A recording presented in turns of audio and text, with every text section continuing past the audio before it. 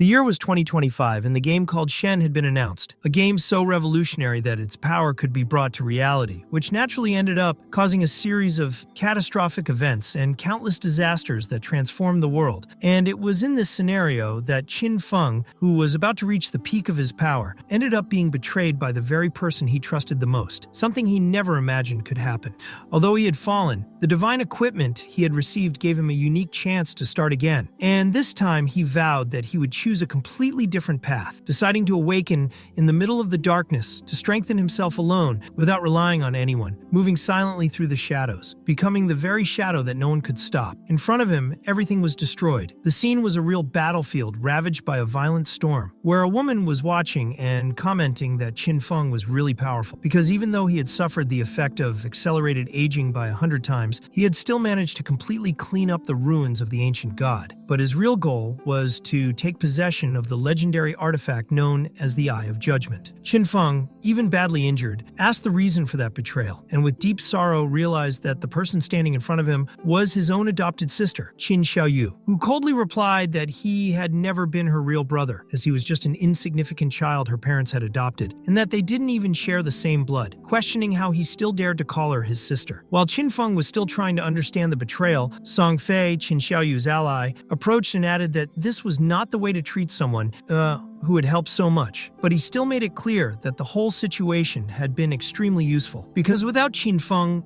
they would never have gotten the divine artifact, revealing that they had gone to great lengths to get the soul-stealing blade, a weapon that was now stuck in Qin Feng's chest to drain all his life. Song Fei then asked ironically if Qin Feng had liked the farewell gift, while Qin Feng, even though he was dying, remembered that it was he who had raised Qin Xiaoyu after the death of her adoptive parents, who had dedicated everything to protecting her after the game brought chaos to the real world, risking his life countless times for her and sacrificing everything he had. Even so, Qin Xiaoyu didn't hesitate to despise him, saying that after the death of their parents, he had interfered too much in their lives, always trying to control them, and that now that they had the divine artifact, Qin Feng had become useless to them, a burden they needed to get rid of without hesitation. In this way, Song Fei prepared to kill him once and for all, guaranteeing that she would take good care of Qin Xiaoyu. But Qin Feng, even on the brink of death, swore that even if he went to hell, he wouldn't let them get away with it. Yet with one final blow, Qin Feng was beheaded without mercy. It was then revealed that in 2025, the Shen game had been abandoned and dropped into the real world, forcing anyone who fell asleep to be dragged into the game, where the only currency was lifetime, and when you died in the game, you lost part of your real life. Those who accumulated large amounts of time could bring their skills to the real world, becoming capable of destroying war tanks with their bare hands, cutting airplanes in half with their swords, and even resisting nuclear explosions. From that moment on, the world was plunged into unprecedented chaos, and Qin Feng, together with his sister, fought with all his might to survive, facing countless dangers and difficulties, managing with great effort to become one of the 100 strongest in the world. And after going through countless trials and defying death several times, he finally conquered the ruins of the ancient god and obtained the divine eyes, the artifact that would give him the qualification he needed to reach the absolute top. But it was at this moment of victory that he suffered the cruel betrayal of his own adoptive sister, something he could never have imagined, but which he refused to accept as his final fate. Qin Feng thought that if he had the chance to live again, he would follow a completely different path, fighting alone without ever trusting anyone. And then, unexpectedly, he opened his eyes and found himself lying in his own bed, not understanding where he was, wondering if this was really the real world, until he realized that he clearly remembered having died both in the game and in real life. And it was only at that moment that he understood the truth, because he was once again in the year 2025. He had returned to the past, before the game Shen descended to Earth, thus receiving a new opportunity to rewrite his destiny. The next moment, Qin Xiaoyu was already breaking down the door of the house with force, demanding to know why Qin Feng hadn't answered her calls, while Qin Feng, upon hearing her voice, quickly remembered that that was exactly the day the Shen game would arrive in the real world, and also recalled that that same day they had argued violently over that Song Fei guy, which only made matters worse. Qin Xiaoyu kept shouting, saying that she only wanted to help her brother Song Fei and asking if Qin Feng didn't understand how important this was to her. But Qin Feng silently reflected that before the game started, Songfei was nothing more than a fifth-rate underground idol, and that Qin Xiaoyu was absurdly obsessed with him, unable to see that, despite his glamorous appearance, Songfei was actually a scoundrel who deceived innocent fans in order to get money out of them. For this reason, Qin Feng had always forbidden his sister to go near that guy, trying to protect her in any way he could. But in the end, he was unjustly accused of wanting to control her life. While now, in the present, Qin Xiaoyu wouldn't stop hurling insults and shouts at him, asking him in an aggressive tone if he was deaf and if he thought it was normal to ignore her like that. She still accused him of being to blame for Songfei's fall in the rankings that month, causing Qin Feng, already completely out of patience, to raise his hand and slap her straight across the face, which left Qin Xiaoyu incredulous, asking if he had really dared to assault her. But Qin Feng, completely annoyed, coldly replied that he had neither the humor nor the time to put up with this shit, and even threatened that if she continued barking like a dog, she would be slapped again without hesitation. Qin Feng then took out a bank card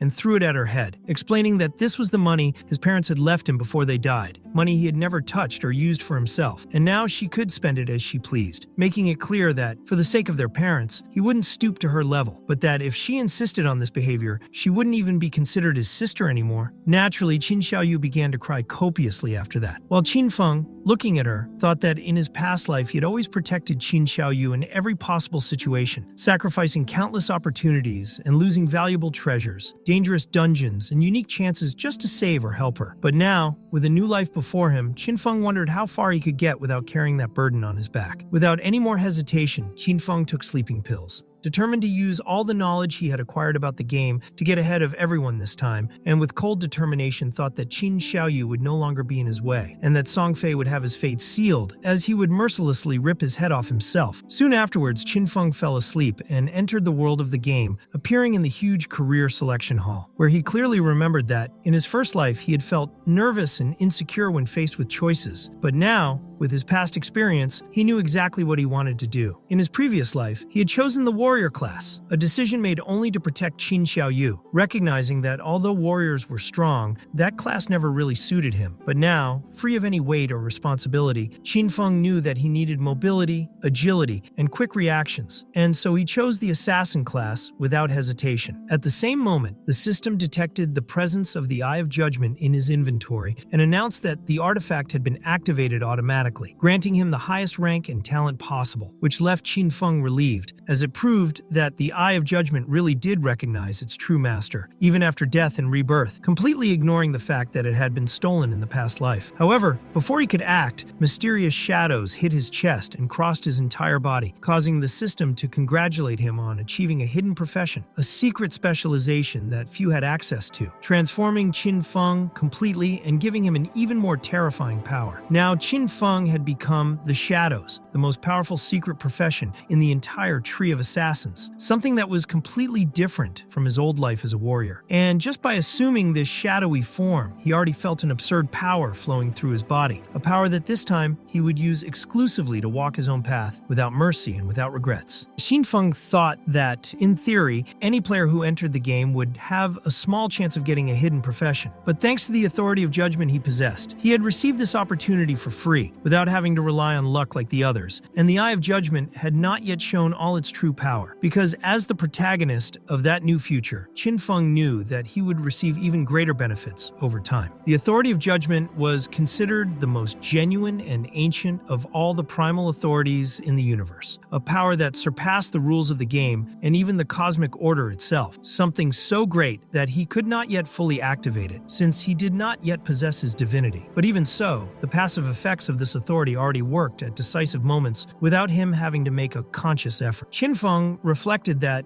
in his past life, it was only in the 7th year after the God-Forsaken game began that a player finally managed to leave the God-Forsaken realm and reach the far-flung realm of order. And it was only then that humanity discovered the existence of the power of order, an extremely rare power that, even then, so it was unbelievable that, this time, right at the start of his journey, he had already obtained an authority that surpassed this power. And while thinking about this, Qin Feng determined that his new goal was to leave the Forsaken realm, reach the realm of order, and obtain his divinity in order to finally activate the full potential potential of the authority of judgment. While he was thinking about all this, the system asked him to complete his choice of starting point, and Qin Feng, aware of his new path, decided that he would begin in the shadows, befitting his new profession as an assassin, and was thus transported to a starting area within the abandoned realm of the gods, a devastated land full of countless monsters, where the initial task was to leave the safe city, hunt monsters, and accumulate lifespans, knowing that within the city players could not attack each other, as it was considered a safe zone. While observing the surroundings, Qin Feng realized that the other players were as confused as he had been in his first life, muttering among themselves, asking what this place was and trying to understand what to do, because it was clear that many players had already entered the game and that powerful figures from all over the world would soon appear, each trying to survive in their own way. Feng himself caught the attention of several players right from the start, as he didn't seem to be just an ordinary assassin. His posture and presence were different, and as more people appeared in the teleport portal, it was possible to hear complaints that the monsters outside were extremely strong for someone of level 1, with players reporting that they had lost half their actual life expectancy just trying to fight. Many players, desperate, asked a girl called Lizzie what they should do, and Qin Feng noticed that she carried a short bow as her starting weapon, a sign that she also possessed a hidden class. And it wasn't long before Lizzie approached Feng, commenting that he also seemed to have a special profession,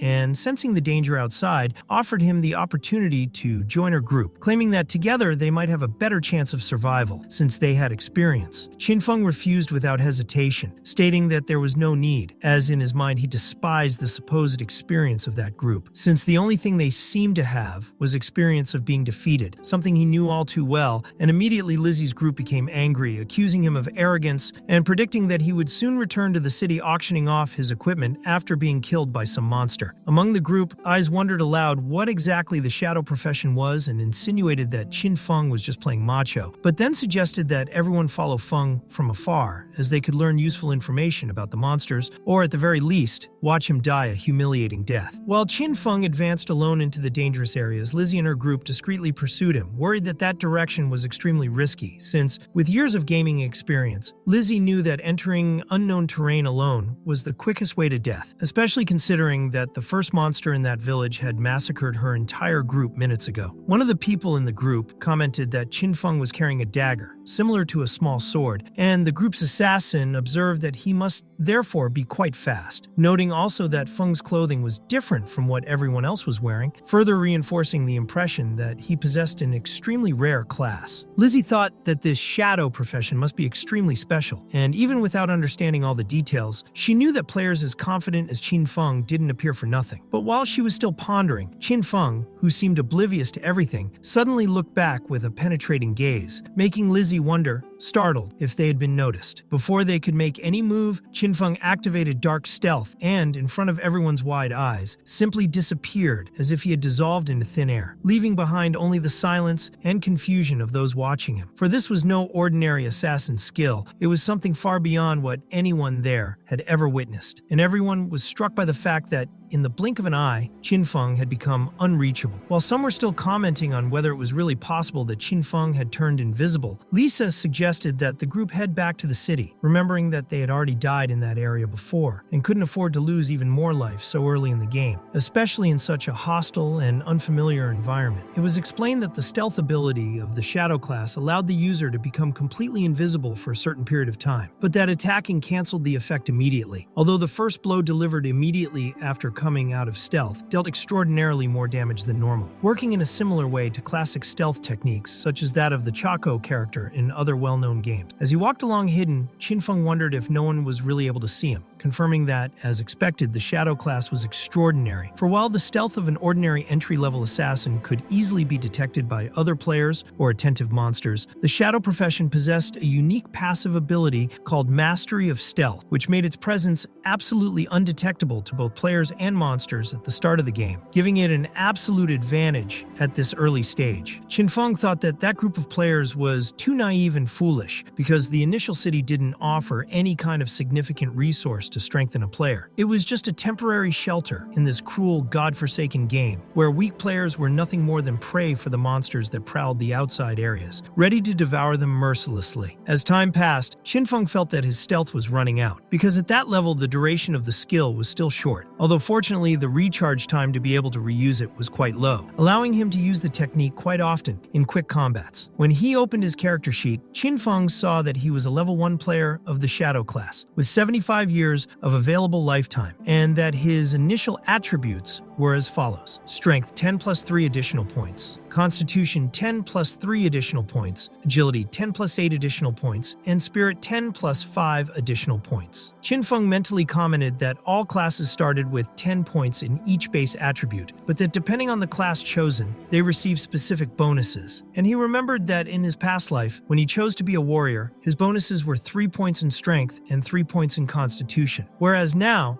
with the Shadow class, the bonuses were much more interesting and balanced, and he still had 5 free points to distribute. While many players used to put all their available points into strength or magical power, Qin Feng, with his past life experience, allocated all 5 extra points to agility, bringing his total to an impressive 23 agility points. Because he knew that at the beginning of the game, where the monsters dealt absurd damage, the most important thing was not to resist, but to avoid being hit, relying on speed to survive. While he was pondering his choices, a monster appeared, revealing itself to be a level 1 crawler, a creature in the process of evolving, and Qin Feng quickly realized that the crawler was still sucking life from dead players, probably the members of the group following it. Looking closely, Qin Feng saw that the monster was already visibly wounded, and knew that when a monster killed players, it absorbed their lifespan, and if it accumulated enough, it could evolve into even more dangerous forms, making the situation critical. When the creeper swooped in to attack him, Qin Feng reacted immediately by activating his dark stealth, completely confusing the two-headed monster, who became disoriented and untargeted, opening up a perfect gap for Qin Feng to execute a sneak attack. Taking advantage, Qin Feng landed a precise and lethal blow on the crawler's neck, causing 174 points of critical damage, eliminating the level 1 monster in a single attack and gaining 10 experience points for it. While the system explained that when attacking out of the enemy's sight, the damage was multiplied considerably, Qin Feng was surprised by the strength of the attack, because even though he knew that his class was powerful, he hadn't expected that a critical hit at that level could result in a real hit kill, showing that, with all the skills combined, the damage multiplier of the Shadow class was absurdly high and devastating. He also remembered the first time he had faced that creature in his past life, when he was still protecting his sister, and that at that time, the most critical damage he had managed to deal was only 40 points, requiring a huge and prolonged effort to defeat a single monster, which was in stark contrast to his new reality now. After the battle, Qin Feng observed the process of absorbing lifetime for the first time, realizing that, in addition to the 3 days of life he had gained from killing the monster, he had also absorbed the remaining time of the players killed previously, adding up to a total of 54 more years of lifetime, although he knew that this absorbed time, although valuable, could not be transferred or exchanged, somewhat limiting its immediate usefulness. At that moment, the authority of the Eye of Judgment spontaneously activated, and as a reward, Qin Feng obtained a new special talent called Infinite Evolution, further expanding his future possibilities and reinforcing his certainty that, this time, no one would be able to stop him on his climb to the top. The primal talent that Qin Feng had just obtained, called Infinite Evolution, granted him the ability, by killing monsters alone, to gain evolution points that could be used to increase his abilities, with each 24-hour cycle being able to accumulate up to 5 evolution points, and that by defeating bosses without help, he could obtain extra points, something that was simply impossible for a normal player at the initial stage. By now, Qin Feng had accumulated 5 points, and he was naturally deeply shocked, because in his past life he had never even heard of this skill, remembering only that, in order to obtain new skills, he depended solely on the luck of finding very rare books that fell at random from monsters. Marveling at the power he had gained, Qin Feng recognized that this talent was far above the order of the world itself, and, without hesitation, decided to use his points immediately to strengthen his combat style, choosing to evolve his Sneaky Strike, the skill used to attack immediately after coming out of stealth. Spending 4 evolution points, Qin Feng improved his skill, causing the duration of invisibility to increase from 12 to 16 seconds, the damage bonus of the attack coming out of stealth to rise from 60 to 90%, the recharge time of the skill to be reduced from 28 to 26 seconds, and attacks carried out from behind or out of sight of the enemy to cause 15% more damage, creating an almost perfect synergy with his stealth combat strategy. Qin Feng mentally commented that with these improvements, he would be able to maintain invisibility practically continuously,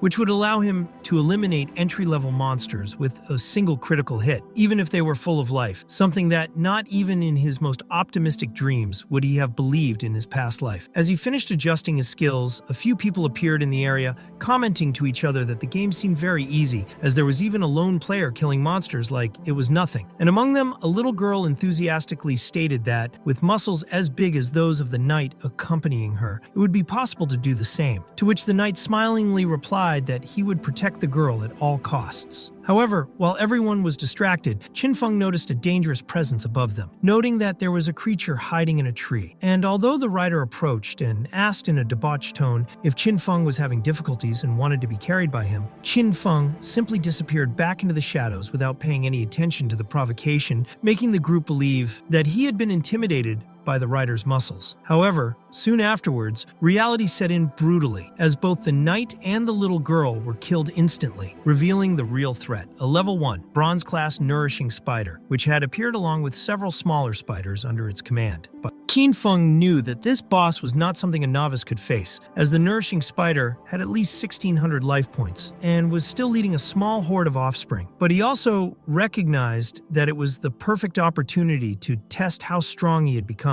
after the evolution of his abilities. Without hesitating, Qinfeng came out of stealth and attacked directly, driving his dagger into the nourishing spider's eye with all his might, causing a massive 338 points of critical damage in a single blow, making the creature scream in pain as it gushed blood. But despite the success of the attack, Qinfeng also received 9 points of damage when he was hit with a glancing blow, which served as a warning that if he was hit full on, he would die on the spot. Even so, the feat of causing more than 300 points of damage in a single blow against a boss of that size was impressive, and Qinfeng knew that he had completely surpassed his previous limitations, because in his past life, to defeat such a monster, his greatest critical blow had only been 40 points, which had made the battle extremely long and risky. Now, the enraged nourishing spider began to destroy all the trees around it, trying to find the attacker who had seriously injured it. And Qinfeng knew that, unlike ordinary monsters, intelligent bosses didn't stand around taking blows without reacting, so he had to act even more cautiously. Determined, Qinfeng used his stealth and, instead of attacking directly, threw a stone at the weak point in the nourishing spider's belly, causing 299 points of damage. Realizing that, thanks to his skills, the damage was applied not only to weapon attacks, but to any object he used to hit the enemy, which opened up new combat possibilities. Understanding that he could exploit this advantage, Qinfeng decided to wait for the stealth to recharge while continuing to attack with stones thrown at weak points, repeating the process with precision until the nourishing spider's life was completely depleted. With one more stone to the head, causing 279 points of damage and speeding up the end of the battle. Meanwhile, in the main city where all the players were gathered, a ranking system had been activated, and immediately the name Shadow appeared in first place after the death of the bronze-ranked nourishing spider, being also the first player to reach level 2, which left everyone present completely shocked, wondering if he was some professional undercover player. Lizzie's group, who had followed Qinfeng earlier, were terrified to realize that the guy they had despised was actually a real monstrosity capable of single-handedly killing a boss they would never have a chance against, showing everyone that Qinfeng,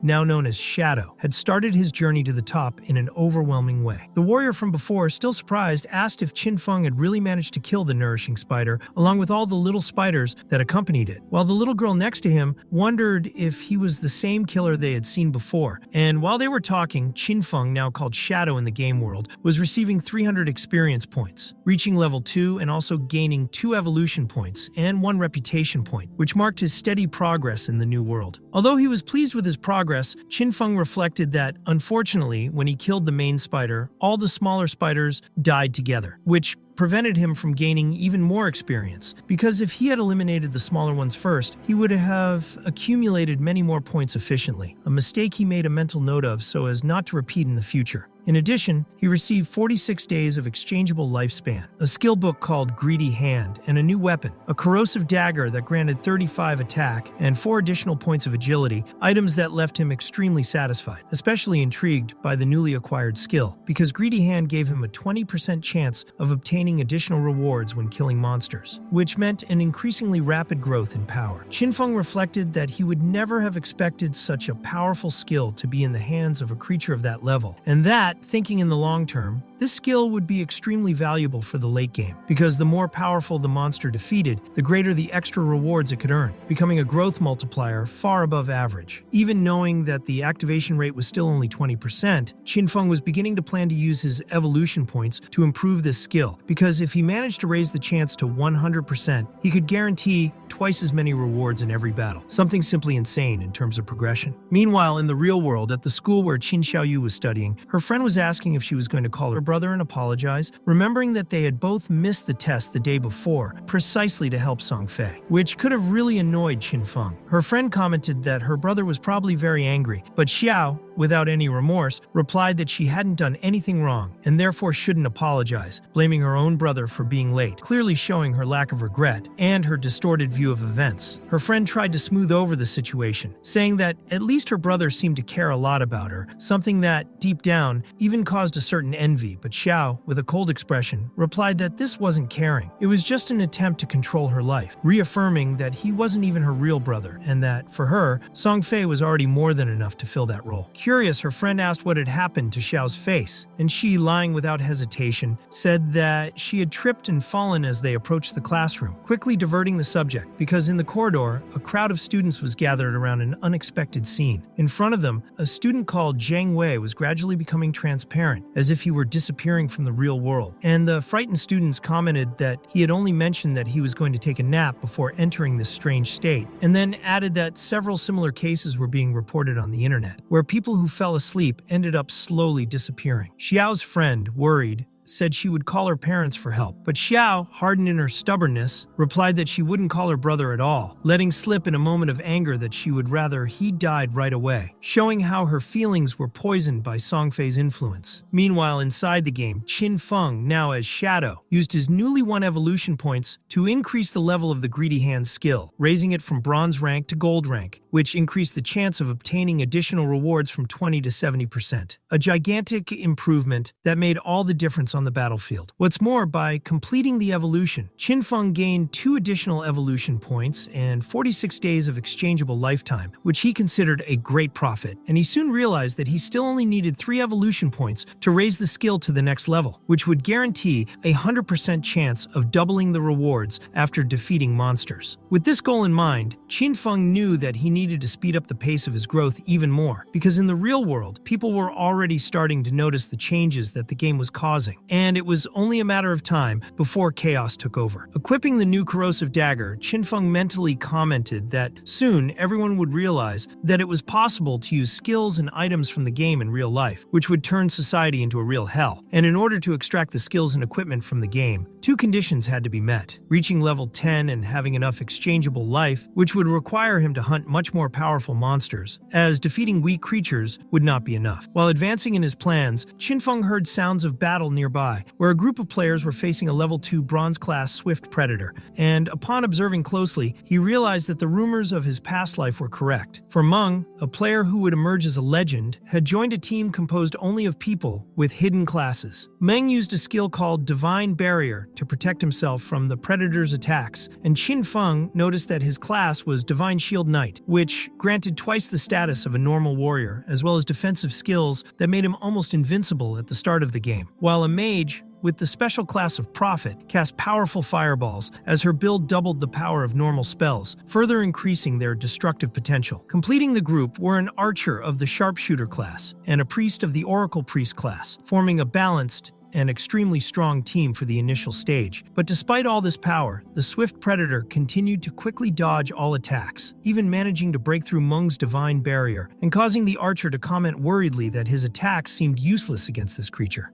Meng, seeing the critical situation, asked only to be healed as long as he was alive on the front line, believing that if his companions managed to keep him on his feet, they could defeat the predator. And although Qinfeng thought Meng was being extremely optimistic, he also knew that many people forgot the real danger of that forest, where, while they were focusing on the main combat, monsters like the Corruptors, common level 2s, were beginning to approach from behind. In the middle of the confusion, the last person in the group appeared to help, someone who used a hidden class that Qinfeng had never seen before. But despite his efforts, his attack only caused 33 points of damage, because the Corruptors' defense was too high. And the situation quickly became complicated when the Corruptors began began to spit a disgusting sludge that stuck to the knight's armor and also to the mage, causing her to scream in despair as she tried to flee. Suddenly, without anyone realizing where the attack was coming from, a sharp blow decapitated one of the corruptors, something so fast and precise that it surprised everyone, and the knight, startled, commented that even an ordinary crawler would need about 10 seconds to kill that creature, but their someone had done it in a single invisible blow. Soon afterwards, the second corruptor also lost his mind, and the knight asked, confused, if it had been the sorceress who had been responsible. But Lizzie, surprised, replied that it obviously hadn't been her, while Wang Meng, trying to remain calm, said that thinking on the positive side, at least whoever it was helping the group. With only the swift predator left in the way, Qinfeng took advantage and received 40 experience points for the defeated corruptors, also gaining another evolution point, a skill book called Poison Darts, and 8 additional days of exchangeable life expectancy, thinking that this new skill would be perfect for his combat style and deciding to evolve it right then and there without wasting any time. However, at this critical moment, Wang Meng was brutally hit by the predator, being completely pierced by its claws, and despite the priest's attempts to heal him, his spells didn't work, leaving Meng in a desperate situation as he shouted for his allies to flee immediately. It was then that something hit the predator's head, causing an impressive 845 points of damage, which left everyone present in shock, as a single attack had taken more than half of the creature's life, and with the poison acting inside the monster's body, the predator dropped Wang Meng, who screamed in pain, before finally succumbing and dying. As Qinfeng had caused 90% of all the damage against the predator, the system awarded him the lion's share of the reward, earning him 600 experience points, rising to level 3, gaining 2 additional evolution points and an extra 55 days of exchangeable life expectancy, as well as further strengthening his presence in the game. Qinfeng reflected that the Poison Dart's skill perfectly matched his stealth and high critical damage combat style, and he knew that, with his hidden abilities, he could take down opponents without even being detected. Wang Meng, stunned, wondered aloud who had done it, wondering if it was really a human, while he looked around, trying to find his invisible savior, and Qinfeng, without revealing himself, only warned in thought that trusting strangers in the forest was a fatal mistake. Wang Meng, grateful for the warning and the help, decided to leave with his group, while Qinfeng thought that Meng was a decent player, someone with solid support from the government, which could be useful later to sell the equipment that wasn't necessary for his progression. Seizing the moment, Qinfeng activated the Greedy Hand skill and obtained 3 more evolution points, 55 additional days of life expectancy, and a valuable item, the leather boots of the Swift Predator, which increased all elemental resistances by 5 points, added 9 physical damage, and increased the speed of skill recovery by 15%, and could be equipped from level 2. Mentally commenting that those boots were good, but that there were even better items to look for, Qinfeng decided that as soon as his backpack was full, he would go back to sell the unnecessary items and change his life expectancy, because now his growth rate was thousands of times faster than in his past life, and he would soon be strong enough to go after Song Fei and settle the score. Meanwhile, elsewhere in the gloomy forest, a larger group faced a difficult battle against the corruptors. But, unlike expected, a more powerful type of creature, probably a hidden boss, appeared and wiped them all out at once with a single attack, forcing them to reappear at the city's rebirth point.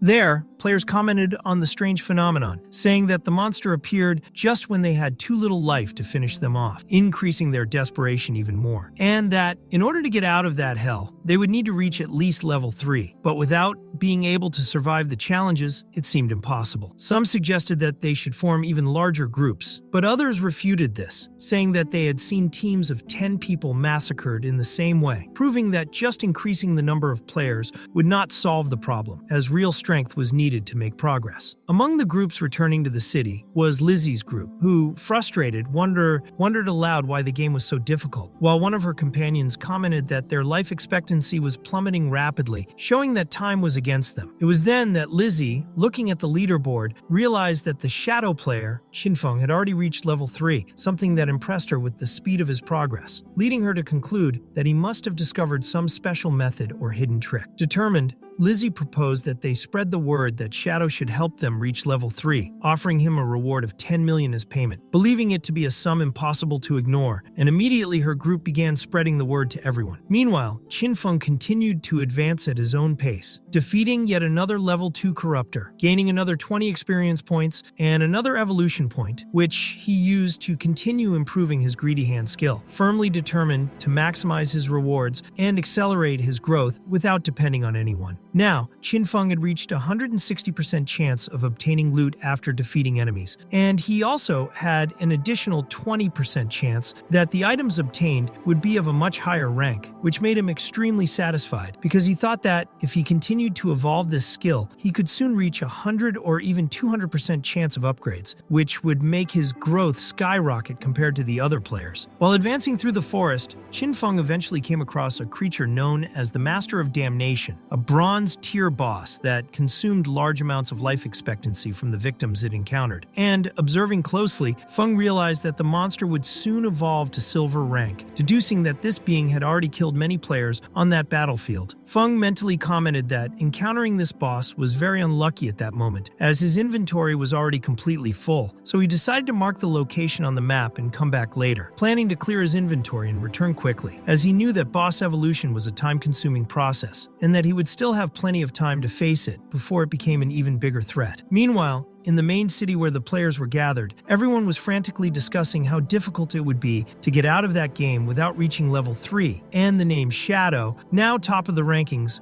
was mentioned frequently among the players. Until, to everyone's surprise, Shadow himself, Qin Feng, appeared walking calmly. Without saying anything, Feng simply sat down on the floor and started selling equipment and unique skill books he had collected, leaving everyone around impressed, as the strongest player on the server was offering items that could be vital for his survival. A mage called Grey Rose, currently ranked 11th, approached him with interest and asked how much the ice spell that Feng was showing cost, to which he replied good-naturedly that it cost 100 days of exchangeable life expectancy. Rosa protested, saying that 100 days was too high, but Qin Feng explained that magic was extremely powerful and that in the future, this price would be considered a real bargain, rejecting any attempt at direct negotiation.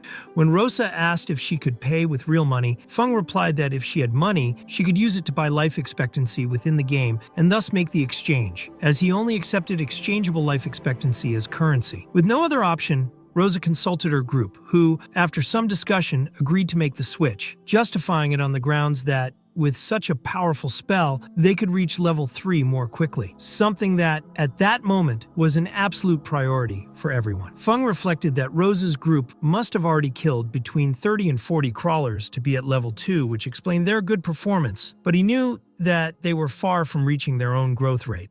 As she was finalizing the negotiation, Lizzie appeared in the crowd, approaching Feng with arrogance and announcing that she was giving him the chance to help her reach level 3, promising that as soon as they returned to the real world, she would reward him with 10 million in cash. The proposal shocked everyone who heard it, and Feng immediately recognized who it was: Jiang Li, a young woman who, in the future, would become the leader of a large criminal syndicate, which would later be completely annihilated by state forces. Jiang Li tried to convince him by saying that his father was the director of Jiang Industries and that payment would therefore be guaranteed. But Qin Feng, already aware of the true value of things in that new world, refused without hesitation. Annoyed by his refusal, Jiang Li tried to seduce him by promising him money, luxury, and women, saying that if he joined her, he could have everything he wanted. But Qin Feng, without losing patience, just said that if she wasn't going to buy anything, then she should get out of the way. Feng thought that, very soon, money would lose all its value, as life expectancy would be the real currency of the world, and that its promises were therefore useless, which made him even more determined to ignore it. Jiang Li, irritated, insisted that she was giving him a unique opportunity and that she could even teach him a lesson right there. But Qin Feng only intimidated her with a cold stare, stating that if she uttered one more word, he would kill her to the point of reducing her life expectancy to 0, which caused everyone around to flee in terror without looking back. Taking advantage of the tense atmosphere, Feng managed to sell all the items he owned quickly, reflecting that no one there yet knew the real secret of the game, that the exchangeable life expectancy could be used to bring skills and equipment into the real world, and that by the time they discovered this, it would be too late to catch up. Meanwhile, Lizzie's group, completely humiliated and tired of running, gathered far from the square, and Lizzie, furious, vowed that, when she returned to reality, she would kill the man who had dared to defy her, vowing revenge without measure. It was then that a strange man approached her, introducing himself as Mao Lijun, saying that he was at level 2 and that, although he didn't normally teach tricks to anyone, he would make an exception for her, revealing a method to evolve faster. Mao Lijun explained that, in order to level up efficiently, it was necessary to put all the attribute points into agility, so that they could run away from the monster's attacks and reach the farming areas before the other players. And although Lizzie thought this idea was rubbish, as she had allocated all her points to strength, she decided to trust trust him, believing that he must know what he was doing. Lizzie proposed that they team up to increase their levels, offering 5 million as payment for Mao Lijun to help her, and he accepted without hesitation, commenting that Shadow might be strong. But he wasn't as intelligent as he was, mocking the fact that Qin Feng had turned down an offer of 10 million. Meanwhile, Qin Feng was already preparing to face the Master of Damnation, who, even while devouring the life expectancy of fallen players, had already evolved to the silver tier. Although Feng knew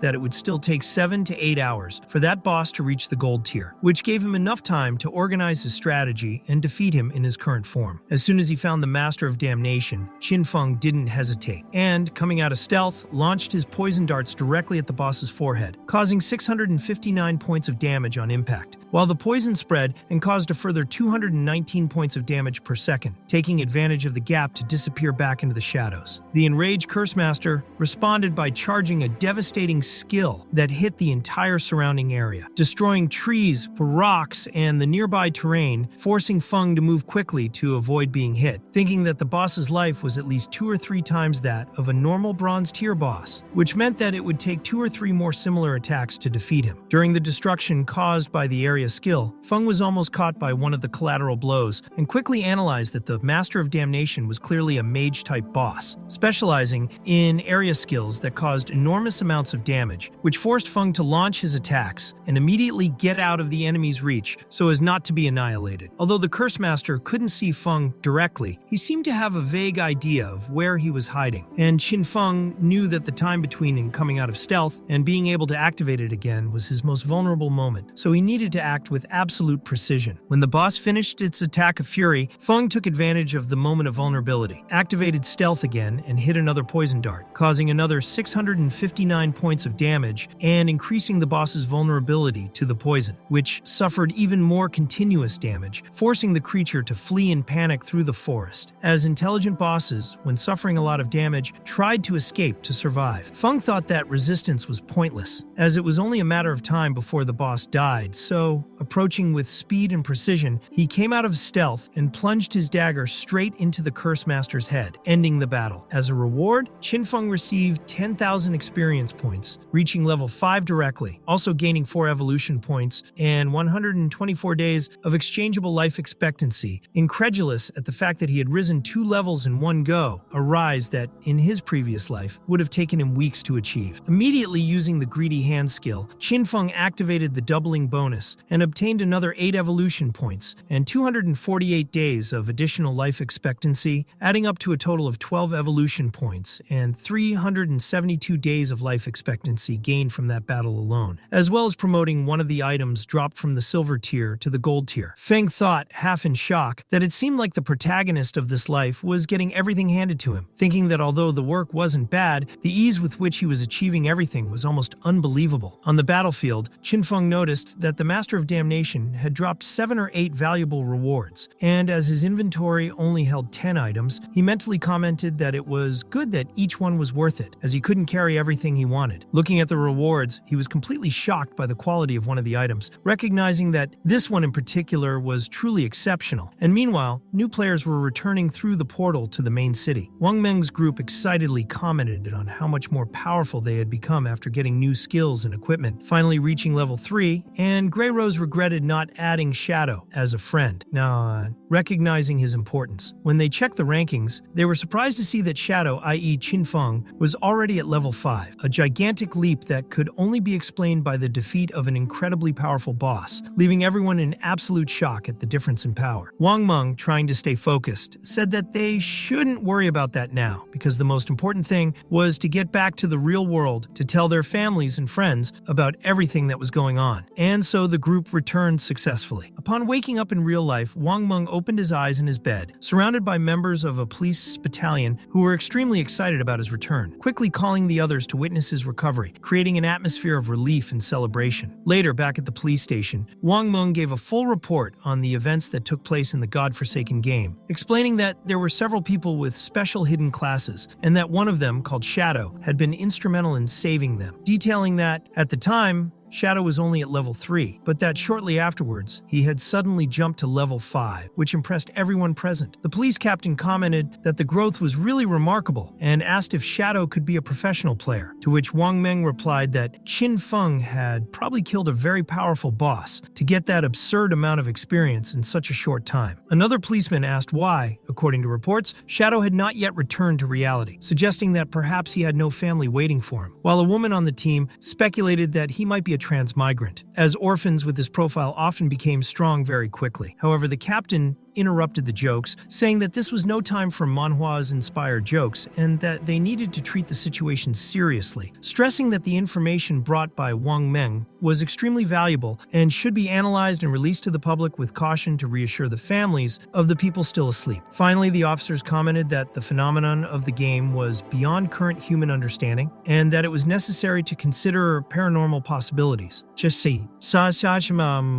While the police commander determined that an official emergency notice would be issued and that some officers would be tasked with directly exploring the mysterious godforsaken game in order to better understand the threat and seek ways to protect the population. Faced with the seriousness of the events, it was decided that they would need to form a veritable army within the godforsaken game to carry out the mission of stabilizing the situation, as the events of the game were already affecting the entire world, and all nations were facing increasing chaos due to the alarming number of people in a state of deep sleep, which could trigger irreversible catastrophes on a global scale if not controlled quickly. It was determined that the captain of Team 1 would personally go into the game and that Wang Meng would act as vice captain of the team, both having the freedom to choose the members who would accompany them. And during the meeting, it was mentioned that Shadow, the mysterious player who had impressed them so much, could be extremely useful for the success of the mission. Therefore, everyone was instructed to try to make friends with Shadow if they met him, as well as opening an investigation to discover his true identity as soon as possible, as understanding who he was and what information he had about the game was considered fundamental to the stability of society and was treated as a top priority. After these instructions, everyone was dismissed, and later at Xiao's school, the main topic among the students was also the godforsaken game, commenting that people who went into a deep sleep were transported into the game and were stuck in the starting village until they managed to reach at least level 3. One of the girls expressed concern that her own parents would fall asleep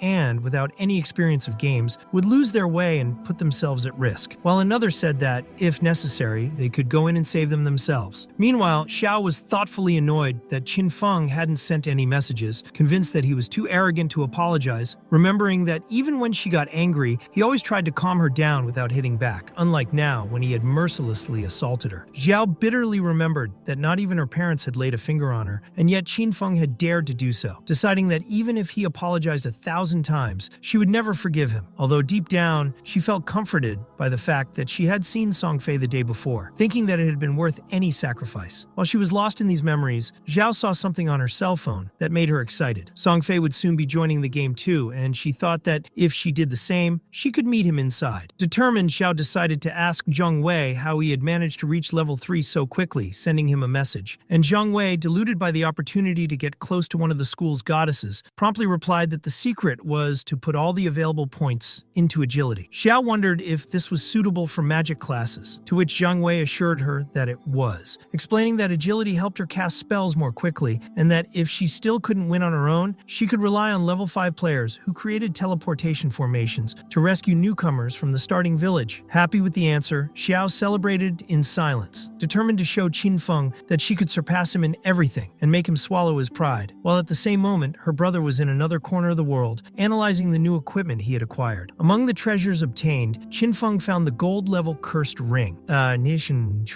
which increased all his attributes by 8 points, which equated to a gross gain of 32 status points, as well as obtaining a new skill called Instant Shadow Slashes, which launched invisible arrows in the direction of enemies, slashing them 3 times and causing absurd damage that was even multiplied if used in stealth. Feng realized that this skill was not only useful for direct attacks, but also for causing area damage, further increasing increasing his ability to eliminate quickly, which made him extremely satisfied. And he decided that it was the ideal time to use his remaining evolution points to improve his skills, raising his greedy hand to a 220% chance of extra loot and a 40% chance of promoting the rank of rewards. Qinfeng found that, with this enhancement, each monster defeated was equivalent to 3 in terms of profit, speeding up his evolution exponentially. He then used the remaining points to further strengthen Shadow's instant slashes, increasing the range and damage of the blows, although the recharge time remained the same, considering the rare and extremely efficient skill. While organizing his new powers, Qinfeng was attacked by 3 level 4 crawlers, but using his new ability, he eliminated all of them simultaneously with ease, testing the efficiency of his improvements in practice, receiving 5 days of life expectancy and an 80 experience points as a reward. With that, Qinfeng noticed that his killing efficiency was infinitely superior to his past life, able to eliminate weak monsters with 2 simple attacks and defeat bosses with a few critical hits, and noted with satisfaction that his total life expectancy was now 618 days. But he knew that he needed 900 days to be able to bring his skills and equipment into reality. He therefore decided to return immediately to the city to sell all the loot he had accumulated, planning to continue killing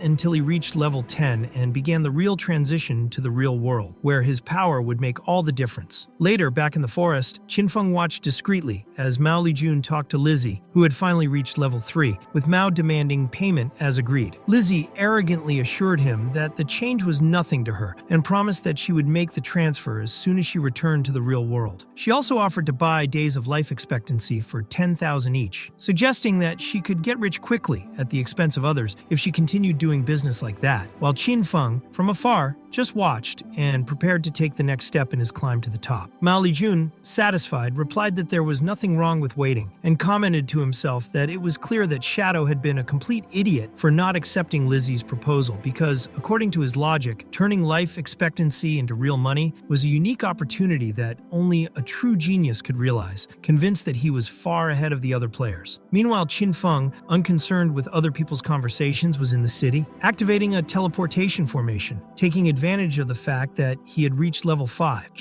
which allowed him to open transportation portals and earning a reputation point as a reward for doing so. Feng was mentally commenting that the city's teleportation formation was two-way, allowing communication between cities only if both reached level 5 and activated their own formations. And he remembered that in his past life, Song Fei had settled in the city of Fireflies, so he was thinking of creating an alert that would automatically notify him if someone activated the formation in that city, so that he could act immediately. Even so, Feng reflected that, for him, teleporting between cities wasn't that important, as his real goal was to reach level 10 and move on to the Forsaken Realm of the Gods, where the real game would begin, with challenges and rewards on a completely different scale. Back in town, Qinfeng started selling all the items he had collected, and people quickly recognized him, as they remembered that last time he had helped a lot by offering powerful items. And now again, a crowd formed around him, quickly buying up everything he had to sell, with skills and equipment being sold in a matter of minutes. This time, the players were willing to pay very high prices, with some skills being exchanged for up to 300 days of life expectancy, and Qinfeng, observing their enthusiasm, thought that he had managed to sell absolutely everything in less than a minute, accumulating a total of 650 days of life expectancy in this operation alone. Adding it all up, Qinfeng now had 2,174 days of life expectancy, but even so, he knew that he was still far from having enough to transfer all his attributes, profession, and equipment to the real world, something that would require an even greater effort. While he was organizing his resources, a girl approached him saying that she had a treasure that might interest him. And as he watched her, Qinfeng realized that she was a player called Black Plum, who offered him a space ring capable of increasing the limit of his inventory by 12 spaces, something simply impressive and invaluable at that stage of the game. Feng, impressed, thought that in his past life, an item like that would easily sell for 3,600 days of life expectancy, and curious, asked how much she wanted for the ring, to which Black Plum replied that she didn't want life expectancy as payment, but only that he agreed to add her as a friend and help her kill a boss. Feng accepted the proposal, asking which boss they would need to face, and Black Plum explained that it was a gold-level boss who inhabited a swamp. Although he didn't know its name, he only remembered that the scenario involved a ghost boat, which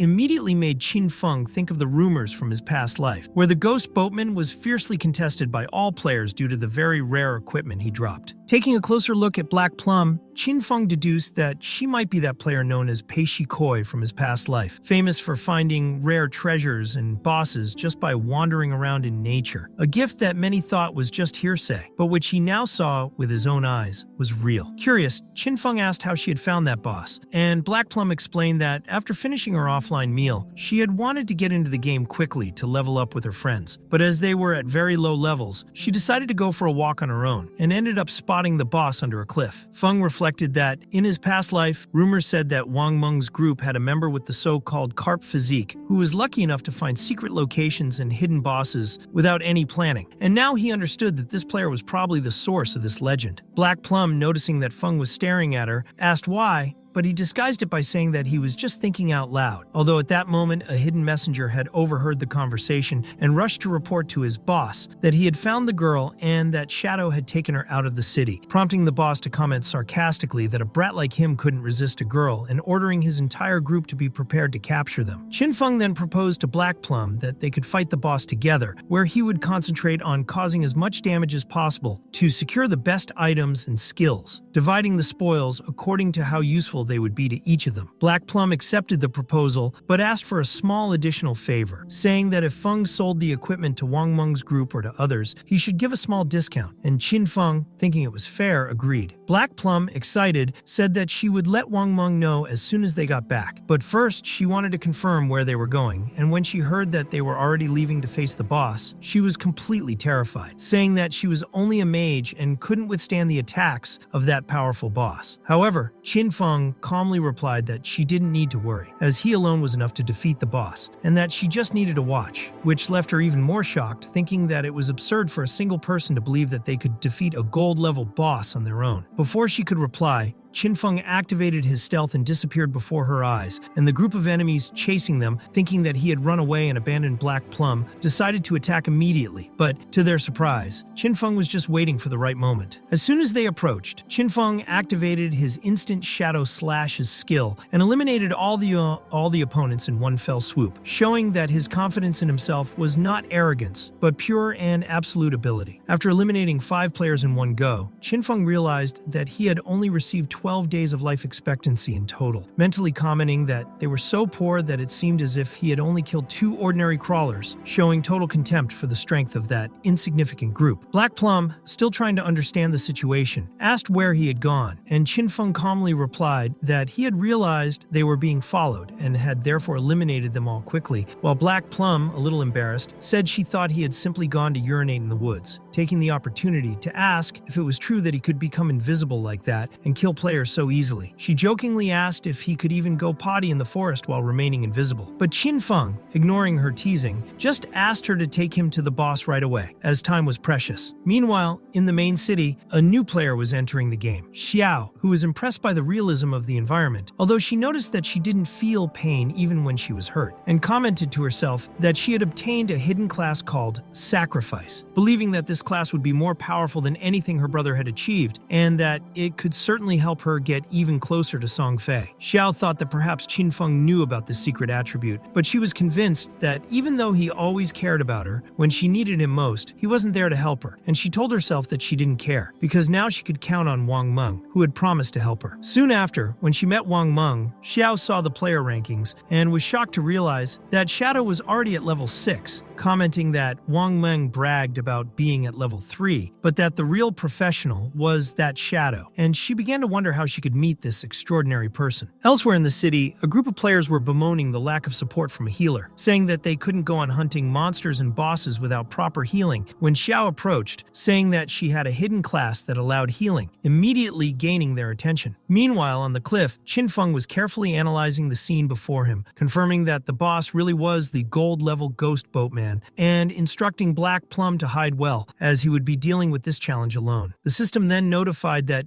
Due to the presence of the ghost boatmen, the area had become a violent domain, where players would lose 100 times their life expectancy simply by staying there, which meant that 15 minutes in that zone was equivalent to losing an entire day's worth of life. Faced with the level 5, gold-ranked ghost boatman Chin Feng thought that it had been a long time since he had faced such a dangerous creature, but with 45 minutes of life expectancy left, he believed he could handle the situation. His first move was to use Shadow's instant slashes, dealing 549 points of damage with each blow, followed by a poison dart that landed a critical hit for 621 points. In addition to the continuous poison damage that ate away at the boss's life, Qin Feng reflected that killing the ghost boatman was extremely difficult, mainly because his weakness was not in his body, but in the boat itself, and that when he hit this weakness, the boss controlled the surrounding body of water to unleash devastating area attacks. Knowing that the damage from these pillars of water was absurd, Qin Feng used his high agility to dodge all the deadly attacks, but he knew that he would soon face an even bigger problem. The summoning of 12 aquatic zombies, each equivalent to silver-ranked monsters, renewed every 3 minutes during the battle. Even so, thanks to his stealth and enhanced skills,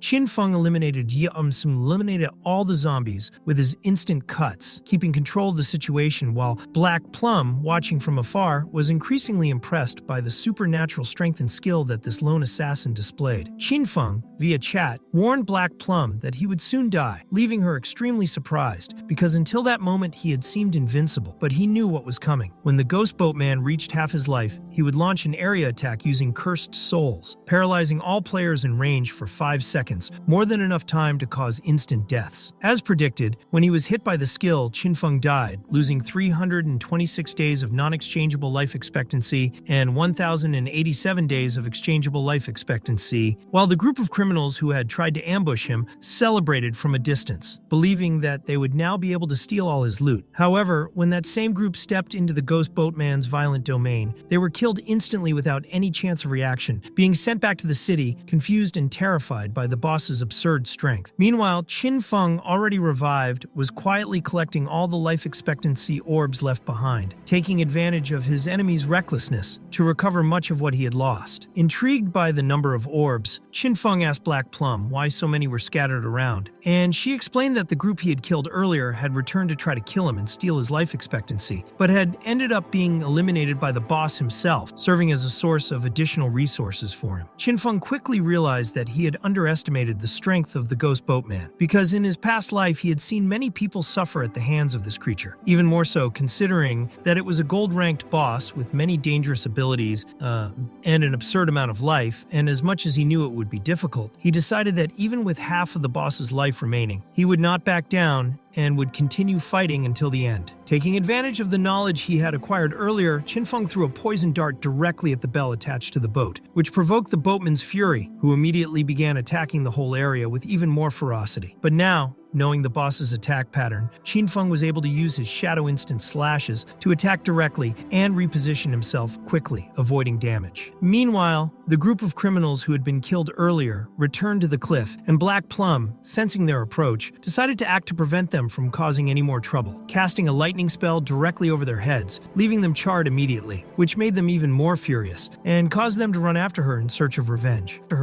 However, another group appeared, trying to take advantage of the confusion, further increasing the chaos in the area, while Qin Feng, totally focused on the battle against the ghost boatman, felt the adrenaline rushing through his body, knowing that the boss was already very close to being defeated, despite still posing a huge threat due to his absurd strength. Qin Feng knew that his raw damage was still too low to deal with a gold-ranked boss, and he still had to deal with the constant threat of criminals and opportunists appearing in the forest, waiting for the right moment to steal his rewards if he faltered. As soon as he managed to kill the ghost boatman, Qin Feng immediately activated his invisibility skill to avoid ambushes, and was rewarded with 4,800 experience points, rising directly to level 8, as well as receiving 7 evolution points and 216 days of life expectancy. For being the first player to defeat a gold-ranked boss, Qin Feng also gained 3 reputation points, and this news quickly spread through the cities, impressing all the players who learned of the feat and consolidating Shadow's reputation as the strongest player of the moment, making Xiao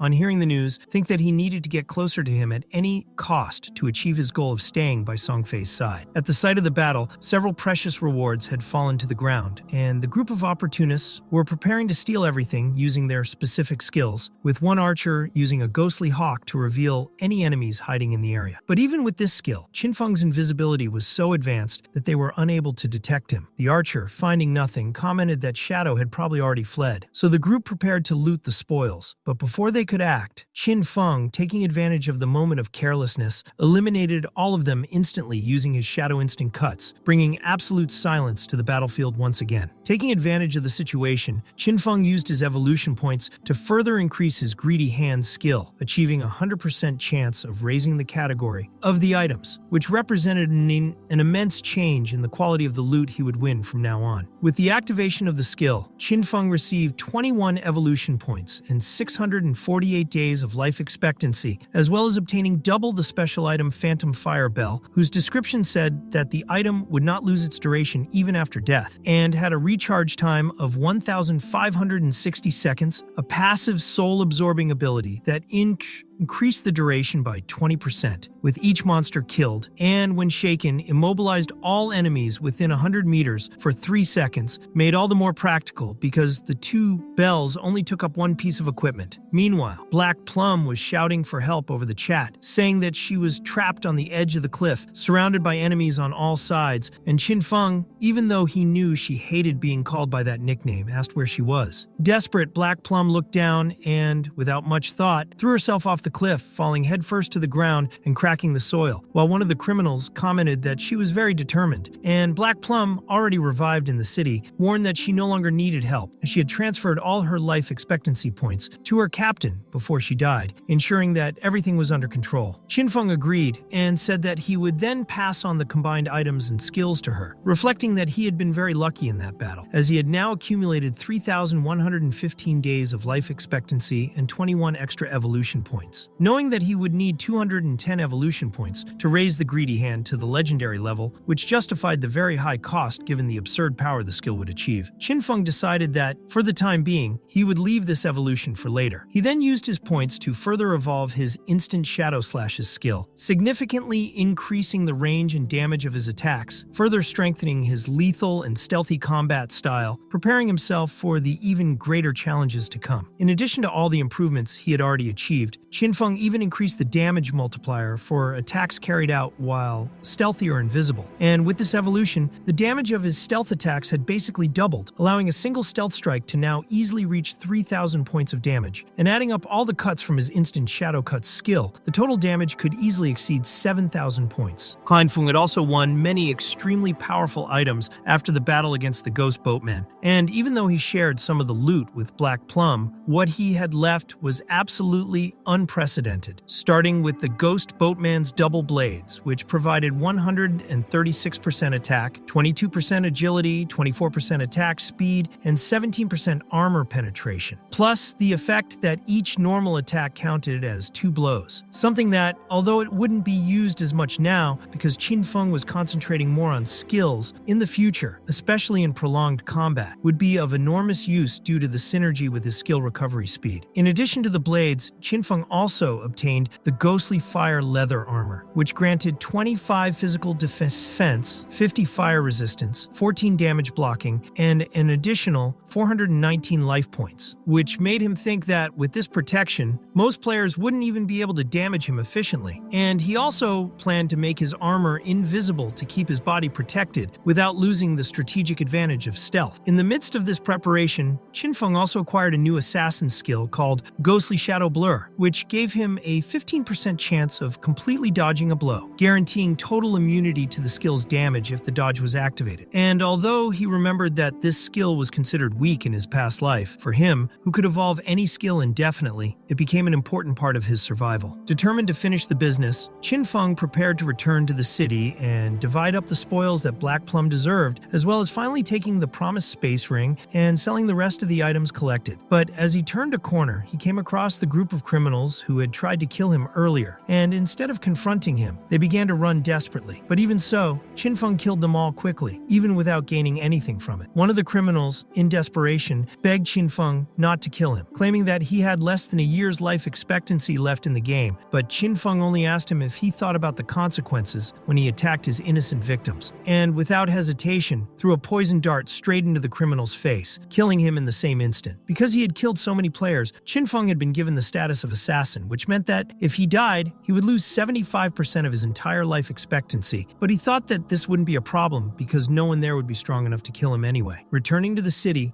Qinfeng found the predictable scene of eager players waiting for their new sales, at which point one of the players, who had previously planned to steal his items, approached him, offering a skill book as a bribe, trying to prevent Qinfeng from revealing his treachery to everyone. The skill book was called Impulse, a blow that stunned the enemy for 2 seconds, and although Qinfeng accepted the bribe, he knew he would only do it for now as he would still decide how to deal with them in the future, while the other players, furious, promised that next time they would kill that traitor without hesitation. The leader of the criminal group, on the other hand, insisted that they weren't seeing the whole picture, claiming that Shadow probably had a hidden secret, and that if they discovered his identity in real life, they could kidnap him or do anything to force him to reveal his tricks. And since they had heard his voice, finding this person would become much easier, especially now that the leader claimed to have a contact who specialized in locating people in the real world. Meanwhile, Qinfeng went to Little Black, as he called Black Plum, to share everything they had agreed, although she grumbled that he shouldn't call her by that nickname, but she still thanked him immensely, saying that the skills and equipment she had received had multiplied her magical power several times over, making a point of showing her gratitude. Qinfeng replied that everything was as agreed and that he now wanted the ring, the space ring, making it clear so that there would be no misunderstandings, and Black Plum happily handed over the ring and commented that, while trying to escape from the forest, she had found a mysterious underground cave, asking if Qinfeng would like to explore it together with her. Qinfeng, observing that Black Plum had a natural talent for finding unique places and opportunities, thought that befriending her was a huge benefit, as she had already found a gold-ranked boss and was now discovering a secret cave, which made it clear that sincerity and mutual benefit would be essential to maintaining this partnership. Equipped with the new space ring, Qinfeng now had 27 spaces in his inventory, a significant improvement for his growth, but he asked Black Plum where Wang Meng was, as he still wanted to sell him some items at a discount, as agreed. Black Plum explained that they were training the group's new priestess, and that she had marked the exact location of the entrance to those mysterious ruins for Feng on the map, indicating a stone slab hidden behind bushes as a reference point. She said that she just moved the slab and found the entrance, but as she took a few steps into the cave, she heard frightening screams coming from the depths, which made her run out in terror. But before she could say anything else, Qinfeng had already disappeared, activating his stealth and running quickly toward the forest, determined to explore the new location before other players found out. Qinfeng had originally thought that he would only find places like that when he reached level 10, but since he had found these ruins now, there was no reason to turn down the opportunity, as he knew that there were 3 main types of ruins for beginners: tombs, cursed ruins, and temples of faith. And regardless of which one it was, the common monsters inside were usually bronze ranked, with a few silver-ranked ones, no great threat to someone of his current level. Thus, Qinfeng advanced into the cave hidden in the ruins, knowing that the monsters themselves would pose no real challenge, but that, as was customary in these areas, at the end of every ruin, there was always a gold-ranked boss, and in the cursed ruins, the monsters were even more peculiar, as they had been cursed by ancient and evil gods, many of them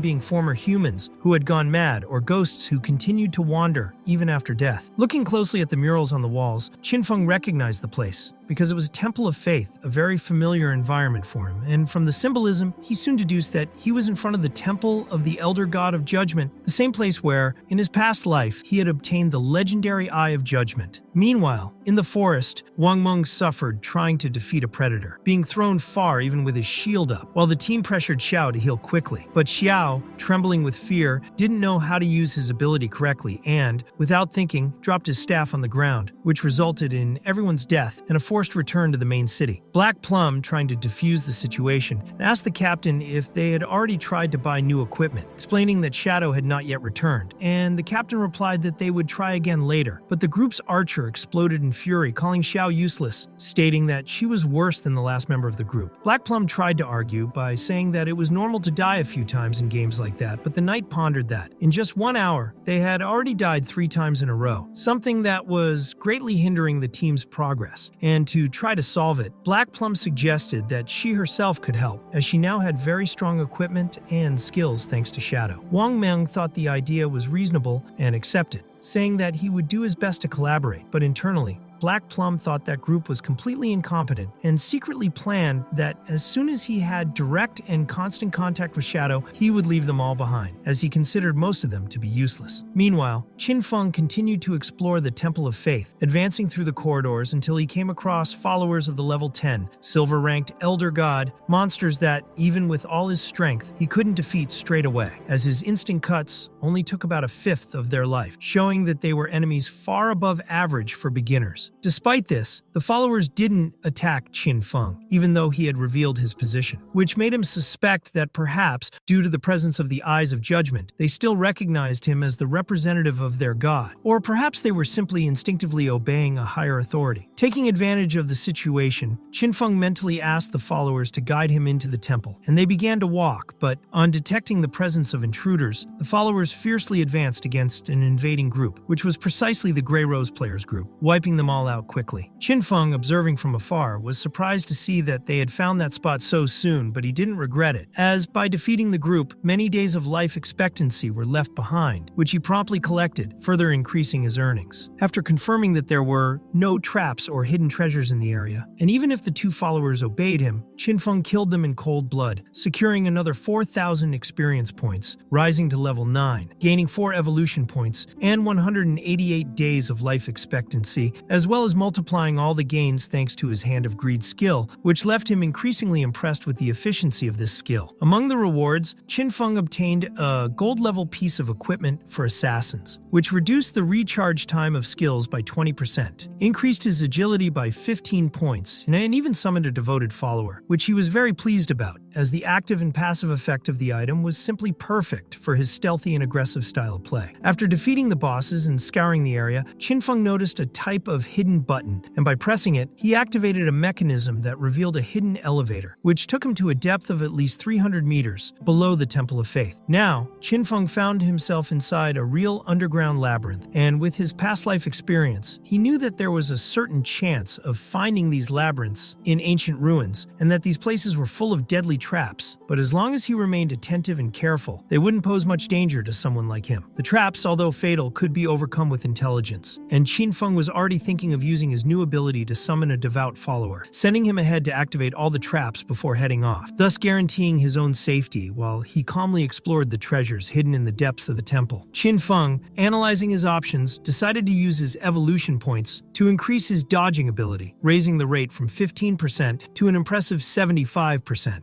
something that bordered on practical immortality in combat. But even with this absurd advantage, Feng thought that he still wouldn't be able to evolve this ability from epic to legendary, because the cost of evolution grew exponentially, requiring 10 times as many points with each level increase, which made it clear that in order to raise all his skills to legendary level, he would need to accumulate an almost absurd amount of evolution points, and at the moment, he only had 11. He also decided to improve his stealth skill, which still had a slightly high recharge time, but which, with time and further improvements, would become practically permanent, further increasing his mastery of the battlefield. While exploring the labyrinth, his summoned follower ended up stepping on a trap and was crushed by a giant rock, causing Qin Feng to realize that his summoner had died, so he decided to wait for the recharge time needed to summon another follower and continue using him as bait to activate the trap safely. At that moment, Grey Rose's group returned to the Temple of Faith, cautiously advancing to the place where they had previously encountered monsters. But when they arrived, they realized that all the enemies had disappeared, and they were deeply shocked, as it was unusual for silver-ranked creatures to simply vanish out of thin air. Suspecting what might have happened, Grey Rose remembered that they had seen a strange person before being attacked, and thought that perhaps it was Shadow, wondering if it was really possible that someone had defeated 2 such strong bosses in such a simple way, which made her realize that the power of this mysterious player was even more terrifying than she could have imagined. Meanwhile, Qin Feng continued to advance slowly through the labyrinth, sending his his summons ahead to activate traps, saving time and ensuring his own safety until, after hours of exploration, he finally reached the end of the labyrinth, remembering his past life when crossing a similar structure would have required killing countless players in fierce disputes. Making his devotee open the large doors, Feng observed that the poor follower couldn't even move the heavy structures. So with a simple touch of his own hand, he opened the entrance as if by magic, revealing a huge, hidden garden, and in the center, a treasure guarded by a female figure who looked like a priestess. There was no visible information about her, no name, no level, no rank, and when she tried to interact, the priestess uttered a few words in a language Feng didn't understand and disappeared amidst an intense glow, also making the thorns protecting the chest disappear. Feng, still suspicious of a possible trap, ordered his follower to open the chest, and the moment he did, an intense light appeared, revealing a very rare skill book, a divine-level skill for assassins, which granted a passive ability that made it easier to find weak points and doubled the damage applied to those points, as well as an active ability that allowed him to attack the enemy's throat directly, causing 100% additional damage for 3 seconds as a bleeding effect. Qin Feng was deeply impressed, because on top of everything else, this skill was already at the legendary level, which made it incredibly difficult to evolve further, but it was still an absurd gain, insanely multiplying all the damage potential he already possessed. With his inventory full, Qin Feng decided to return immediately to the city to sell the surplus items, telling Black Plum that he was returning, to which she replied that she would also be back quickly, eager to see what else she could get. As soon as he arrived, Qin Feng saw a real crowd gathered waiting for him, players from every city, each wanting to buy items, make friends, or simply be close to Shadow, as his fame had already spread all over the world, boosted even more by the activation of the teleport formations between cities. Feng, observing the confusion, knew that now he could finally make his way to Songfei City. But first, using his invisibility, he simply disappeared from the square, causing the crowd, confused and frustrated, to start fighting among themselves for no reason. Qin Feng, invisible, went straight to where Little Black was, thinking that perhaps her captain was nearby. And when he arrived, he saw his sister Xiao and wondered why she was now on Wang Meng's team, imagining that they had probably almost been destroyed because of her. Feng knew he couldn't reveal himself, because now everyone knew of the legendary Shadow's existence, and if he couldn't take his skills and equipment into the real world, his own life would be at risk. Meanwhile, Xiao,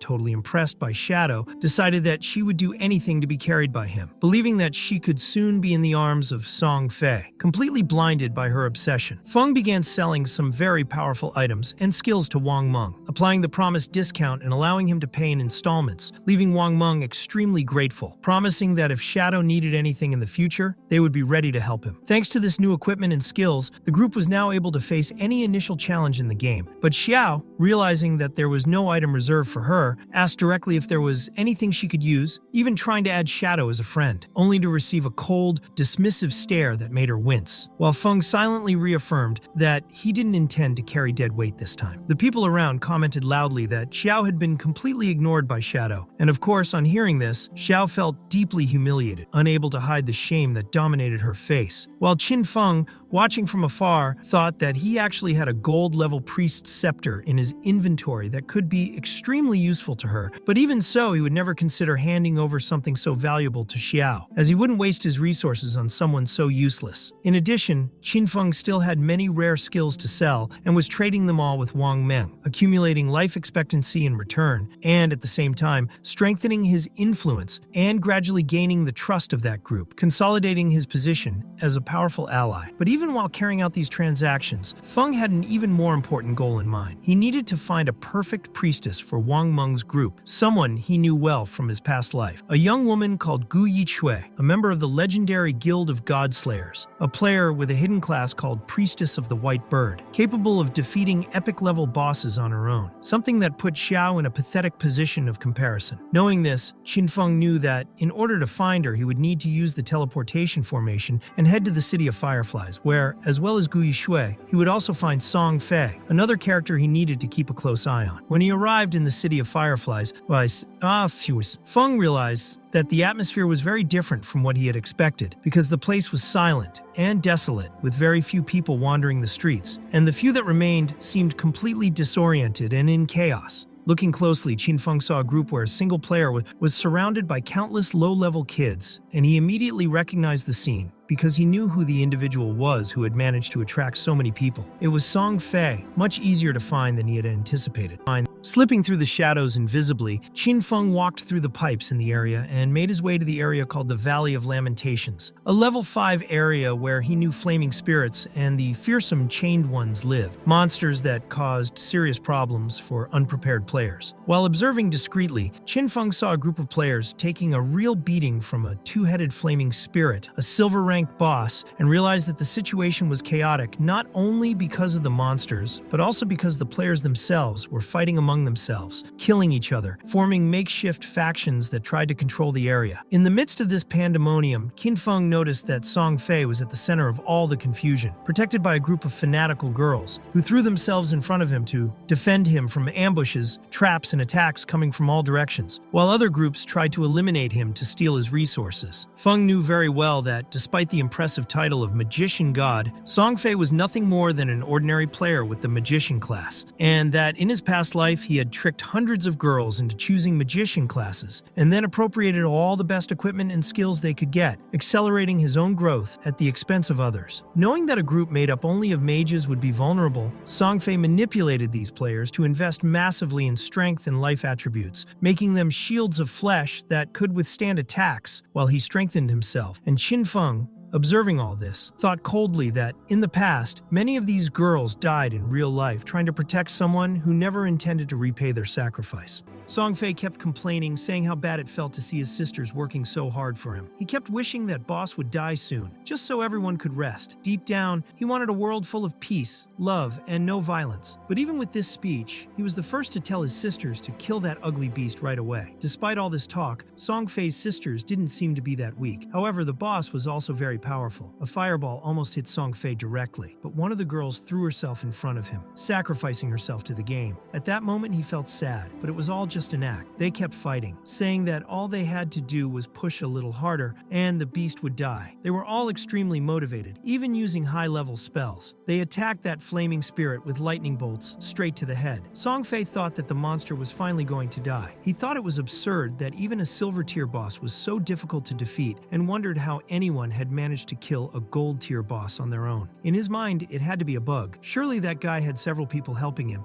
and yet he was only at level 7. He wondered how that shadow guy could level up so quickly. He imagined that, by defeating that boss, he would rise straight to level 8 and be able to pass Shadow, who had been stuck at level 9 for a long time. In his mind, it was only a matter of time before he became one of the kings of this game. But suddenly, Shadow appeared as if the whole thing was nothing. He simply grabbed Song Fei's head and decapitated her using his instant shadow cut. Soon afterwards, when all the little sisters tried to react, they were also beheaded, one by one. In the end, Shadow earned 1,500 XP, not only for killing everyone there, but also for defeating the boss, who was that two-headed flaming spirit. The players nearby were shocked, wondering who this powerful guy was. Some said he killed everything in sight. Others were trying to confirm whether that killer was really the legendary Shadow, the one who managed to defeat the first gold-tier boss. Most of them were already running away, but some of the braver ones stayed to admire him, saying that he was incredible, that he had killed Song Fei and saved a lot of people. However, Shadow thought that these people were only saying this because they were scared, afraid that they would be the next victims. If this had been his past life, all these people would have gathered to hunt him down and steal all his loot. Meanwhile, back in the city, Song Fei received notification that he had been killed by Shadow. He had lost days of exchangeable life expectancy and a further 18 years and 113 days of non-exchangeable life expectancy. He was confused, wondering if he had really died. He couldn't understand how Shadow had ended up in Firefly City. The sisters were also indignant, not understanding why, among so many cities, he had appeared right there and wondering if Song Fei had really died too. Song Fei, annoyed, commented that in the end he just wanted to kill that silver tier boss. People began to say that he was a disgusting man who had ambushed them. Then another little girl appeared, apparently very silly and cross-eyed. It's not a criticism of cross-eyed people, but in that game, the design of the silly characters was represented just like that, which seemed a bit strange. Song Fei's sisters said that they only accepted mages in the group, but he ignored them and said no, that it was one big family. He said he loved everyone and could win anyone's heart. He said he could feel the girl's passion, even though she was an archer, and assured her that she could join the group without a problem. The girl started crying, almost drooling, and said she loved him. Soon, other girls began to join in too. Assassins, mages, archers, and warriors gathered around Song Fei, who took advantage of the fact that he was in the starting city to win over even more players from there. The group of girls in love with him grew a lot, and now they were all declared enemies of Shadow. They were completely focused on hunting him down and trying to kill him. Not Sonic's Shadow, but Shadow the Killer. They all wanted to take revenge on him. In the midst of this, some players, curious about the movement, asked what all the noise was about. Another replied that it was just a new celebrity appearing there. Some commented that it was great when Song Fei died, but found it strange how he managed to die, considering that he was surrounded by so many girls protecting him. They soon discovered that the killer was Shadow himself. There was nothing more to say. Some said that he was crazy to mess with those girls, that they were completely insane. But for Song Fei, that was fine. The more witnesses, the better, because when he finally managed to kill Shadow, everyone would understand that going it alone was nothing compared to having a big group, especially against fragile killers like him. Song Fei wondered how a frail and dirty assassin like Shadow could compare to a noble mage like him. Meanwhile, Shadow was enjoying all the loot from the battle. He used his skill called Greedy Hand and gained 16 evolution points, 217 days of exchangeable life expectancy, as well as 6 silver level loots and 1 gold level loot. He spent the evolution points to improve the skill Grant Mercy, which was upgraded from epic to legendary. This increased its damage when hitting weak points from an extra 100% to an extra 200%. The effect of the Cutthroat skill, which previously dealt 100% attack damage, has now been increased to 150%. In addition, the cooldown of this skill has dropped from 22 seconds to 18.5 seconds. Shadow also noticed an improvement in the enemy's weak points. Before, the weak point was just the head. Now, it also applies to the neck and chest. Of course, the greatest damage is still to the head, but the weak point bonus works from the chest upwards. Even your instant shadow blow now deals weak point damage, making it even more deadly. Cutthroat's damage has become absurd, and with the reduced cooldown, he realized that he was now even able to defeat a gold level boss with just one well-timed blow. He reflected that a skill that starts out epic only costs 1 evolution point to upgrade to legendary, but to upgrade from legendary to mythical, the cost is 100 times higher. And from there, the costs only multiply exponentially. For example, your Greedy Hand skill, which is currently at epic level and cost 210 points to get there, would need more than 3,400 points just to evolve to legendary. At the moment, he only had 9 points left, which wasn't enough to upgrade any of his main skills. So he decided to spend 8 points to upgrade a skill that was at a very low level, back attack, which went from gold to platinum. The damage of this skill increased from 30% to 40%. Now there was only 1 evolution point left. Shadow found it impressive how a simple silver tier boss, faced by a group of players, gave him more than 100 days of exchangeable life expectancy. With everything settled, he thought it was time to go back. But at that moment, he was surprised by an assassin who appeared in front of him trying to kill him. As expected, he dodged the blow as if it were nothing. The assassin tried to escape using stealth, disappearing soon after. Meanwhile, Song Fei's sisters were already on the scene, shouting that ugly Shadow had to die immediately. And of course, there was the cross-eyed archer again. It's no criticism, but in that game, the silly character was represented with just that trait, which made the situation a little funny. When they realized they were about to be attacked, Shadow quickly activated his stealth. The archer, who had the ability to detect stealth, tried to find him, but his stealth was of such a high level that, instead of detecting him, she ended up detecting only the same girl who had tried to attack him earlier. Song Fei's sisters, not realizing their mistake, went all out on the girl, blowing her up in the process. Only then did they realize that it wasn't Shadow. The fat girl in the group, seeing the mistake, commented that it was okay. After all, the girl wasn't even a real mage, and said that she didn't really like Song Fei, so it was okay. They could start again. It was at this point that Shadow used his Ghost Bells ability, then activated Soul Shock, which immobilized anyone within a radius of 100 meters for 3 seconds. That was enough to paralyze everyone, completely defenseless, and then he killed them using his instant Shadow Slash. Taking advantage of his invisibility, Shadow approached Song Fei, who didn't even notice him. Song Fei was confused, wondering what had happened so suddenly. He couldn't understand how he had been attacked if he hadn't even seen anything happening. It was then that Shadow, in the utmost silence, whispered in his ear that he was already dead. He just didn't know it yet. Song Fei tried to react by activating a magic shield, but it was no use. A poison dart hit him directly in the head, and he died slowly, suffering as the poison took effect. Shadow, observing this, commented to himself that Song Fei really did have a lot of life expectancy built up in that body. Originally, he had about 2,000 days, but after dying to him for the first time,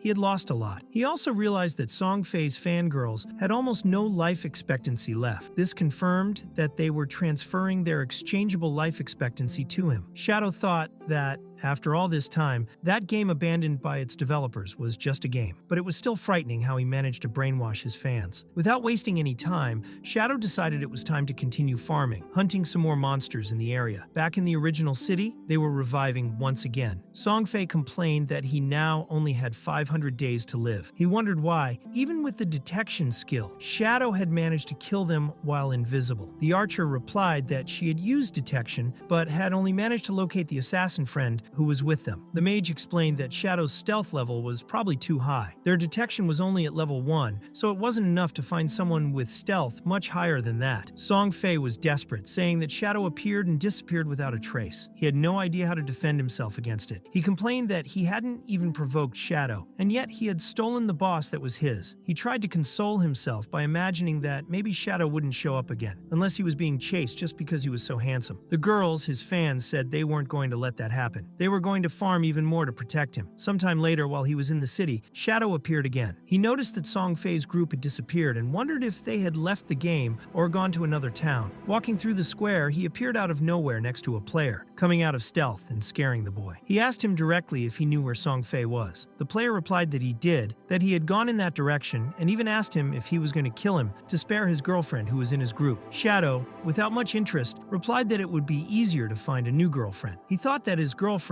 was probably the same cross-eyed archer who had tried to detect him earlier. The guy even commented that it had taken him a long time to get a girlfriend, but before he could finish, Shadow disappeared, leaving him talking to himself. Shadow knew more or less the direction they had gone, but he didn't have the exact destination. Searching blindly would be a waste of time, so he thought that if he could find Gu Yixue, he could sort it out. And as if the universe had heard, she appeared right in front of him, saying Gue. He approached her and bluntly asked if that pretty girl could help him. When she realized who it was, Gu Yixue was surprised and recognized that it was Shadow himself. He commented that he had heard that her ability allowed her to search for people in a large area and said that he wanted to find Song Fei, offering a gold tier staff in exchange. Gu Yixue became suspicious, asking how he knew about her large area search since she didn't usually tell many people about this ability. Shadow told her not to worry about it and asked if she would help or not. Without much thought, she accepted immediately. The deal was done. The transaction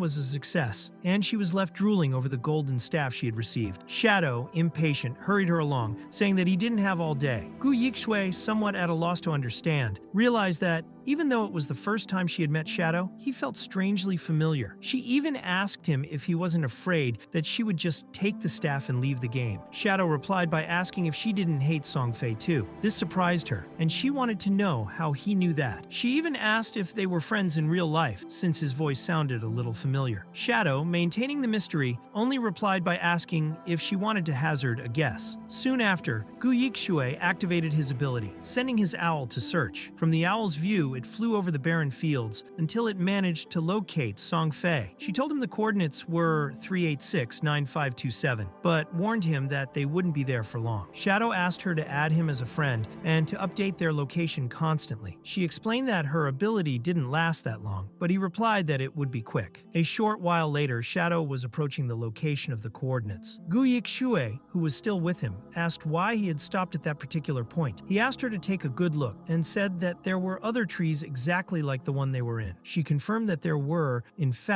3 in total. It was then that Shadow leaned against one of the trees, exactly where there was a kind of carved seal. Gu Yixue, curious, asked what that symbol was. Shadow, maintaining the atmosphere of mystery, told her she could try to guess. As soon as he touched the 3 three seals on the trees, a tiered jade chest appeared in front of them. Shadow was surprised, saying that he never thought he would find a blessing from one of the gods in the original village. He thought it was absurdly lucky, since it even generated a treasure chest for him. He explained that the blessings of the ancient gods can appear anywhere in the god-forsaken lands. Basically, certain areas have strange symbols. If someone activates all of them, they unlock a blessing. Some of these blessings summon monster bosses, others generate hordes of weaker monsters, but they can also generate treasure chests, or even unique rewards. Guyixue was shocked and said that this was insane, because that chest should be worth at least 10,000 days of life expectancy. Shadow thought that this estimate wasn't wrong. In his past life, the exchange rate for negotiable lifespans was 1 to 10,000. Only now, on the second day, that rate was already going from 1 to over 50,000. Meanwhile, Guyixue was trying to memorize the symbols he had just touched, in the hope of getting a blessing for her later. Soon after, Shadow managed to obtain the skill called Jade-level Fluorescent Curse, which was in the Universal Skill Book. When he used this skill on the corpse of a player who had been dead for less than 15 seconds, it would cause a cursed flower to bloom on the body. This flower would continuously drain the target's negotiable life expectancy until it was completely zeroed out. Shadow remembered that he had heard of this ability in his past life. He knew that it was extremely stolen, he just didn't know that it was called Fluorescent Curse. Without thinking twice, he learned this skill. He thought that from now on, every time he killed a player, all he had to do was wait for the corpse on the ground to suck all the negotiable life expectancy out of him. So he decided that Songfei's glory days would end now. He was determined to hunt him down until he logged out of the game. After that, he would run straight to level 10, extract all his skills for real life, and kill him for good. Meanwhile, Songfei and his group were busy defeating various monsters to farm. Songfei believed that Shadow didn't even know where he was now. Even though he'd been killed twice and had his boss stolen, he thought that should be enough, and that Shadow wouldn't follow him there. But he made it clear to himself that when he reached the highest level, he would settle the score with that bastard. In the middle of the hunt, one of the sisters spotted a group facing a boss, and Songfei wondered if they weren't Shadow fans. The sisters immediately became angry and decided that they were going to kill them all. Without a second thought, they ran up to the group and started attacking. The people who were facing the boss thought they were reinforcements, but realized too late that they weren't. Instead of helping, they started attacking. Instead of helping, they began to massacre everyone. The first, a chubby girl, crushed the skull of one of the players, while the others asked in fright what they were doing and if they were crazy. She replied that this was the fate of Shadow fans. One of the players didn't even understand what was going on. She had no idea who Shadow was, but she was still killed by a shower of arrows launched by the slimy girl in the group, who shouted that it was all for Songfei. The carnage was so great that even the boss was afraid. The group of humans was being completely exterminated, and even the boss was trembling before them. Everything in sight was mercilessly destroyed, leaving blood everywhere. In the midst of all this, Songfei thanked his beloved family with emotion, saying that he had almost been killed by those cruel players, but thanks to them he was safe. The sisters replied that he didn't need to thank them. Only while they were celebrating, Shadow was already preparing to do what he did best: murder. In the blink of an eye, he whispered in Songfei's ear that he was already dead, and without giving him a chance to react, cut off his head. The little sisters had no time to do anything. Shadow then used the Fluorescent Curse, creating a large red flower on Songfei's body, which began to drain his life expectancy. The frightened fans wondered what the hell that was all about. Shortly afterwards, when Songfei came back to town, he was indignant and thought that Shadow had to be crazy. He concluded that he must have been jealous because he lived surrounded by women, and the other guy didn't. Even so, he didn't stop cursing. Even so, he didn't stop cursing his own fans, calling them completely useless. Then he realized something very strange. The system was counting his life expectancy, which was falling by the second. He was confused, because before it had been 400, but now it was decreasing rapidly. He wondered if this was a penalty for dying too much. Soon the sisters appeared at his side, also dead, and realized that something was very wrong. They said that Shadow had used a strange ability that made a flower appear on his body, and it seemed to be sucking something out of him. Songfei instantly realized that this was exactly what was draining his life expectancy. He thought in despair that that damned Shadow was really trying to kill him. His life expectancy now stood at 330, and without a second thought, he decided that he had to leave the game immediately. Songfei told his family that they all needed to log out of the game immediately, because if they stayed online, they could end up being drained as well. But even disconnecting, he didn't think it would end that way. He was determined to put an end to Shadow. He believed that after training for so long to get there, it didn't make sense to accept that he couldn't crush Shadow using the money he had. Meanwhile, Shadow was quiet in his garden of red spider lilies. The place looked like a real body fest, full of corpses strewn about. The system then notified him that due to his excessive killing of players, he had become a level 4 assassin. Now, any death would cause him to lose 96% of his current life expectancy. Even so, he was pleased because he had managed to accumulate another 1,000 days of negotiable life expectancy. He also noticed that Song Fei's group had indeed farmed a lot, but the life absorption had stopped, indicating that they had probably disconnected from the game. Meanwhile, Yu's owl, who was monitoring everything, was watching carefully and thought that this was the legendary Shadow, the top 1 player, completely terrifying. Shadow asked her if Song Fei had left the game, and she confirmed that he and all his fans had. Shadow replied that it was fine, but asked to be notified immediately if any of them logged back in. Soon after, Gu Yixue suggested that they could leave, but Shadow replied that he still had a sword of sacred judgment there and asked if she didn't want it. Gu Yixue, of course, replied that she did. So Shadow asked her to wait for him in the city. Later, he suddenly appeared there, even giving her a fright. He said that he had a skill book that was worth around 500 days of life expectancy, but that he would sell it to her for half the price, as long as she accepted one condition. Gu Yixue, suspicious, replied on the spot that she wouldn't sell her own body. Shadow, not quite understanding where she was getting that from, explained that it was nothing of the sort. All he wanted was for her to join a team for a certain period of time. Gu Yixue accepted, but warned that the group couldn't be weak. Shadow replied that she didn't need to worry about that because she was going to contact everyone right now. Meanwhile, elsewhere, a group was facing a boss and managed to defeat the monster, but the captain ended up getting poisoned. Desperate, he asked Xiao Yu to use the poison cleansing skill on him quickly. Xiao Yu, a little lost, asked if she was really supposed to use it. The captain confirmed it, pointing out that every priest had this ability. She answered yes, found the skill, and asked everyone to watch. But when she used it, she missed her target and ended up hitting a tree instead of the captain. She apologized, but it was too late. The captain died of poisoning. When they all returned to the city, the captain was indignant. He thought they had put a healer in the group, but it wasn't working. He wondered if she wasn't from a hidden class, and even so, how she could be so bad. She concluded that the really good healers were probably already busy in other groups. Meanwhile, Xiao Yu thought that reaching level 4 had been easy, and now she could finally find her brother Song Fei. At that moment, Shadow contacted Wang Meng, the captain of that group. He said he had a friend who was a priestess of the White Eagle, a hidden and very powerful class, and asked if he would like her to join the team. Wang Meng said that if Shadow himself was recommending it, then he believed it. He said that of course he would accept the new member. Shadow replied that she was in Labarita City, and as there were few people farming there, it would be very easy for them. Wang Meng commented that they were about to change locations because that city was getting too crowded. He then approached Xiao Yu, telling her that they were going to a much higher level city and that it would be too dangerous for someone of her level, so they weren't going to take her. But Xiao Yu replied that she knew how to turn around. Even so, Wang Meng and his group ran off, leaving her behind. Xiao Yu was disgusted, thinking that that bunch of idiots knew they were abandoning her, but they still made up excuses. She also thought that she had had enough of them and decided that she would go and find Shadow, because she knew that he could carry her through the game. Soon afterwards, Wang Meng arrived in Labareda City. At that moment, he was settling the debt he owed Shadow and told him that Captain Enyu would show up later to pay the rest. Shadow wondered if that Enyu was the same person he knew, but replied that it was all right. He then introduced Gu Yixue and said that this was her new captain, Wang Meng. Suddenly, someone came screaming out, and of course, it was Enyu herself, who was dressed very strangely, in an outfit that was half armor and half almost naked. Shadow wondered if that was really the Enyu he knew. He remembered that her title was Execution of Justice, a hidden and unique class. She was a draconic knight, and in his past life, she was part of one of the 20 major global powers. She was also one of the pillars of the official forces of the Grand Xiao, responsible for fighting hostile foreign factions. And Yu was very excited to meet Shadow, saying that she was a big fan of his and had always admired him very much. But Shadow answered simply with a hello. He thought that this was the first time he had met someone who, in his past life, had beaten him at the god-forsaken game. And Yu said she was impressed by the speed at which he was leveling up, and even joked, asking if he wasn't a time traveler or someone who knew about the future. Deep down, she was right, but Shadow wouldn't admit it. Shadow wondered because in his past life, he remembered that this woman was not part of Wang Meng's team. Soon afterwards,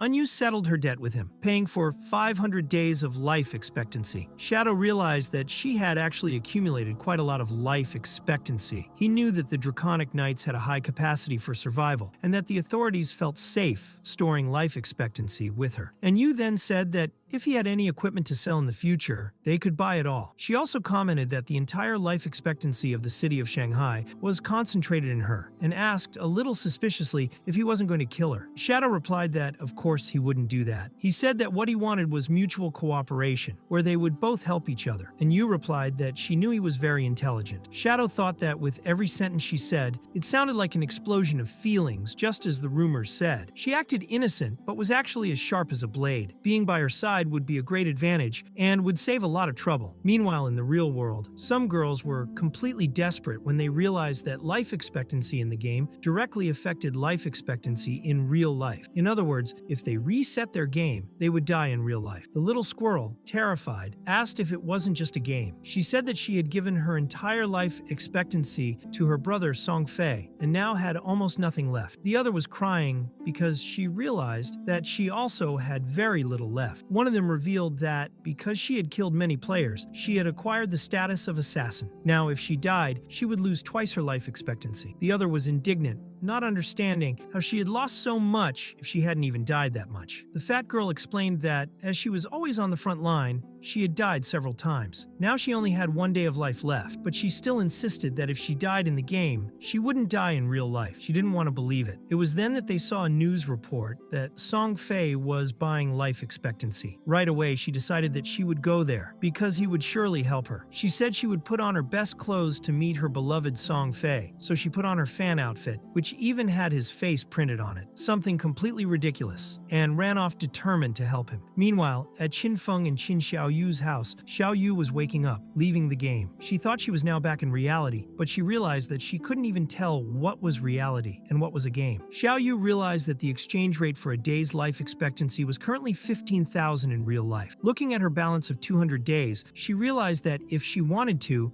she could become a millionaire. But suddenly she saw a piece of news that made her desperate. Shadow was massacring Song Fei, and he had already been killed 3 times by him. Immediately, she began to cry, trembling with worry for her brother Song Fei. Soon afterwards, another piece of news appeared confirming that lifespan in the game directly affected lifespan in real life. She was shocked to realize that Song Fei probably had only 12 days left. Desperate, she wondered why Shadow was killing him so often, and how he could be so powerful. Then she saw a message on Song Fei's worship group. There, they were all commenting that he was doing a life expectancy sale at Dong Plaza, where he was paying 10,000 for each day. They were all excited, saying that they could become rich with this opportunity. And of course, Xiao Yu, in her clumsy way, ran off to go there. Meanwhile, Shadow was farming an absurd number of monsters in one go. He had finally reached level 10. By leveling up, he gained 2 attributes from the 4th dimension, 5 free attribute points to distribute and unlock career advancement. The system announced that he was the first player to reach level 10, which earned him 7 reputation points in Shanghai, 14 points in the country of Xia, and 21 points globally, adding up to 42 reputation points in total. He also unlocked the teleport function to the abandoned continent of the gods. This global announcement had a huge impact. Everyone commented that, once again, it was Shadow. They said that he was always first in everything and that there was no explanation. With more than 1.5 billion people playing, no one could overtake him. Everyone wondered how it was possible for someone to be so far ahead of everyone else. Soon after, Shadow consumed 13 evolution points, resetting his bar. His backstab skill, which was platinum grade, evolved to emerald, increasing its damage by 50%. However, he realized that he still only had 7,000 days of exchangeable life expectancy, which wasn't enough for his next plans. He knew that in order to leave the starting city, he needed to gather 7 level 10 players to open the teleport function. But currently, apart from him, the highest was level 8, so he understood that he would have to wait a little longer, which would actually be a good thing, as he still had things to sort out. It was at that moment that he woke up in reality, no longer being Shadow, but Qin Feng again. The system asked him if he wanted to use up his exchangeable life expectancy in the real world, and he said yes. He first used 1,000 days to extract his class. In this way, he brought the Shadow class into real life, which increased his strength by 3 points, his constitution by 3, his agility by 8, and his spirit by 5. He then used another 1,000 days to extract 2 levels, becoming a level 3 human in reality. This increased his strength by 4 points, his constitution by 4, his spirit by 4, and his agility by 14. Qin Feng realized that, according to the logic of the system, the higher the degree of the skill, the more life expectancy it would take to extract. However, he was surprised to discover that the calculation was based on the initial level of the skill, not the evolved level. This was a great relief. Its main skill cost just 900 days to extract. The skill came synchronized with the game and was platinum grade. He was pleased, finding it comforting. Soon after, he consumed another 900 days to extract the shadow skill, which granted him practically absolute stealth, and he used another 2,262 days to extract the poison dart, an extremely lethal skill. In the end, Qin Feng was left with 1,292 days of life expectancy remaining, which, for the time being, wasn't enough to extract any more skills. Even so, he considered that extracting his class and a platinum grade skill was already an excellent deal. Now Qin Feng was practically a superhuman. His agility had reached 32 points, something far beyond human limits. With unlimited invisibility and poison darts that could be launched from 14 meters away, he knew he could finish Song Fei off like it was nothing. He realized that Song Fei was buying life wildly, probably planning to finish him off in the game. Song Fei was in Dajiang Plaza, about 7 or 8 kilometers away. At his current walking speed, it would take him about 10 minutes to get there. Just then, he received a message from his company's supervisor, an extremely arrogant guy, who asked him if he had lost his mind, since he wasn't even answering his phone anymore. The supervisor told him to call back immediately, but Qin Feng simply ignored it. He threw his cell phone away and activated his stealth mode, thinking that people would soon find out what the godforsaken game really was. Meanwhile, in the plaza, Song Fei was surrounded by fans screaming for him, and of course the idiot Xiao Yu was one of them. He was sitting on his throne, accompanied by another woman. She commented that she had heard that he had been killed 3 times in the game by Shadow, but asked him not to worry, as they would soon discover this Shadow's real identity. Song Fei asked what they had found out so far, and she replied that they had already sent someone to Yinghuo City to approach him.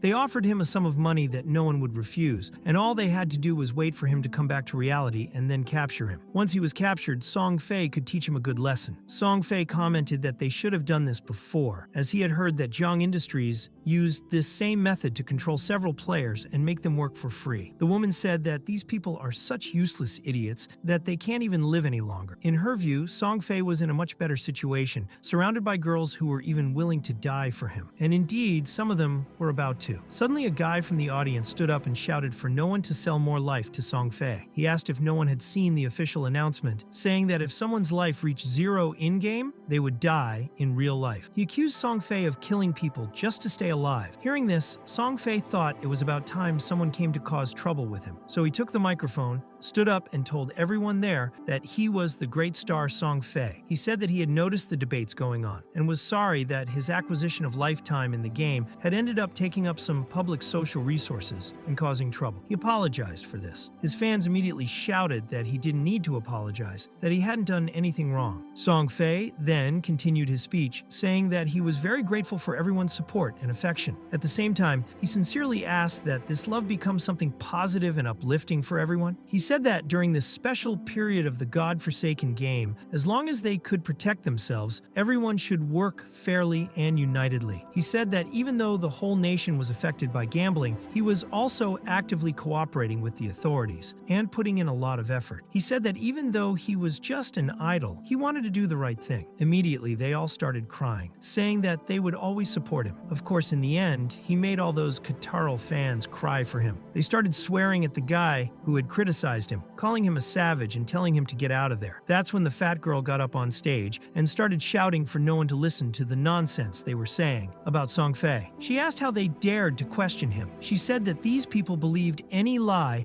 and any fake news. Song Fei, looking at her, wondered when she had taken the stage, and she replied without hesitation that she would happily sacrifice herself for him. He said that even when he disconnected and saw that his life had dwindled to less than a day, he was still there, steadfast. Everyone started shouting that they loved him, and Song Fei replied that he loved them too. He said that he was especially grateful for the fat girl next to him. She replied that it didn't matter, even if she died, as long as she had the affection and love of her idol. Just as Song Fei was about to say something else, his head was pierced. Everyone was in complete shock. Unable to say a word, they could only stare at Song Fei's body, which had half its head ripped off and simply fell dead on the stage. The fans started screaming, completely panicking, desperate, unable to believe what they were seeing. Song Fei was dead. The security security guards tried to get the young master out of there, while the blonde ran desperately, thinking she had to get out of there immediately. She clearly remembered seeing a sphere of light at the exact moment Song Fei died. She thought that the ball of light that came out of his body was caught by someone, probably a person who was invisible. In her mind, it could only be someone from the game, but she wondered if the abilities could even be used in real life. She concluded that for someone to kill him instantly like that, it could only be one person. However, just as she was about to say that out loud, his head was split in half. The security guards could barely see who did it, but it was obvious that it was Qin Feng, or rather Shadow, who had done it. By the end of the day, it was all being reported in the media. The celebrity Song Fei had died tragically in Dajiang Plaza, and Zhu Fei, an extreme fan, had ended up sacrificing her own life next to his body. Police investigations began immediately, and on analyzing the facts, came to the conclusion that the cause of death appeared to be supernatural. Meanwhile, inside a car, Xiaoyu was crying without believing what had just happened. She had been there. She had seen everything. She had witnessed the very moment he died. She watched helplessly as her idol died. Her friend, who was standing next to her, commented that that kind of attack, using blades or darts, was something from the god-forsaken game. She asked if Xiaoyu believed that someone had really murdered Song Fei. She said that she had even heard that he had been killed 3 times in the game, and that perhaps skills from the game could actually be used in the real world. Xiaoyu thought that made a lot of sense. After all, Shadow had already killed Song Fei several times in the game, and if anyone was going to be able to do that in real life, it would be him. Someone who attacks with knives, darts, and stealth. Xiaoyu was devastated. In her mind, her world was now without light. His idol had been killed by Shadow, and somehow he had managed to bring the game's abilities into real life. She then thought that nothing else mattered. From that moment on, she only had one goal. She was going to get stronger no matter what, and she was going to kill Shadow. Avenging Song Fei was now the only thing that mattered in her life. While all this was going on, Qin Feng was quietly eating some ramen. After all, even an invincible guy like him, both in real life and in the game, needed energy. Using skills takes a lot out of his body, so he needed to eat. Just then, he started to receive more messages from work, threatening to cut his salary, give him a warning, and a lot of other things that he didn't even care about anymore. He looked at his cell phone and thought that the person sending those messages was Yang Shaya, a woman who has a good personality, but is very weak and was constantly bullied. In his previous life, she had even been part of the God Killer Guild. Qin Feng told her not to stress because it wouldn't work with him. He told her to join in the game too and make an effort together. Yang was surprised and asked if he was really playing that game. He said he'd heard that it was extremely difficult and that people were even losing time in their real lives because of it. He said it was very scary. Qin Feng only replied that no matter what class she chose, she had to invest everything in agility at the start, without exception. Yang commented that she had heard that in-game life force was absurdly expensive in real life. She asked if he was farming and how much he had already earned. Qin Feng replied that, in fact, not much. Almost all the money he made, he had already spent. Yang commented, a little shocked, that at this rate he even looked like he'd bought a house. She said she now understood why he was blocking everyone from work. Qin Feng then thought to hell with that idiot boss. In fact, it was a boss. Shishi, the daughter of the CEO of the Qian Group, the company where he used to work, was owned by this group. And this girl, Shishi, did absolutely nothing but pick on and cause trouble for all the men below her. Shishi was doing absurd things like going into hotels with 6 different men, driving sports cars with 3 others, and now, to make matters worse, she was even after Qin Feng. He thought, if her name is Shishi, there's no way she's going to have to say Shishi anyway, so what? Qin Feng knew very well that she was someone who loved to flatter foreigners. In his past life, just after the game became really popular, she moved to North America to fulfill her dream of being part of the Alice in Wonderland Association. She was so focused on this that she caused countless problems for everyone, especially the guild he was in, the Slayers of Gods. Qin Feng thought that he needed to get rid of her before she left the country, because once she went to North America, he would have no way of dealing with her. If Shishi dies now, the Alice in Wonderland Association will never be created, and there are rumors that many of the founders were having an affair with her. As soon as she dies, those founders will cancel the project. It was then that he received a call from Xiaoyu. He answered and just said hi. Xiaoyu answered saying that she thought he had died. Without paying much attention, he heard her say that since he was alive, she wanted to let him know that she had found enough money to buy a house and that from now on he should never bother her again. Qin Feng simply asked, "Okay, so what?" Xiaoyu then said that she wouldn't tell him where she lived and wouldn't bother talking to him anymore. Qin Feng replied that fine,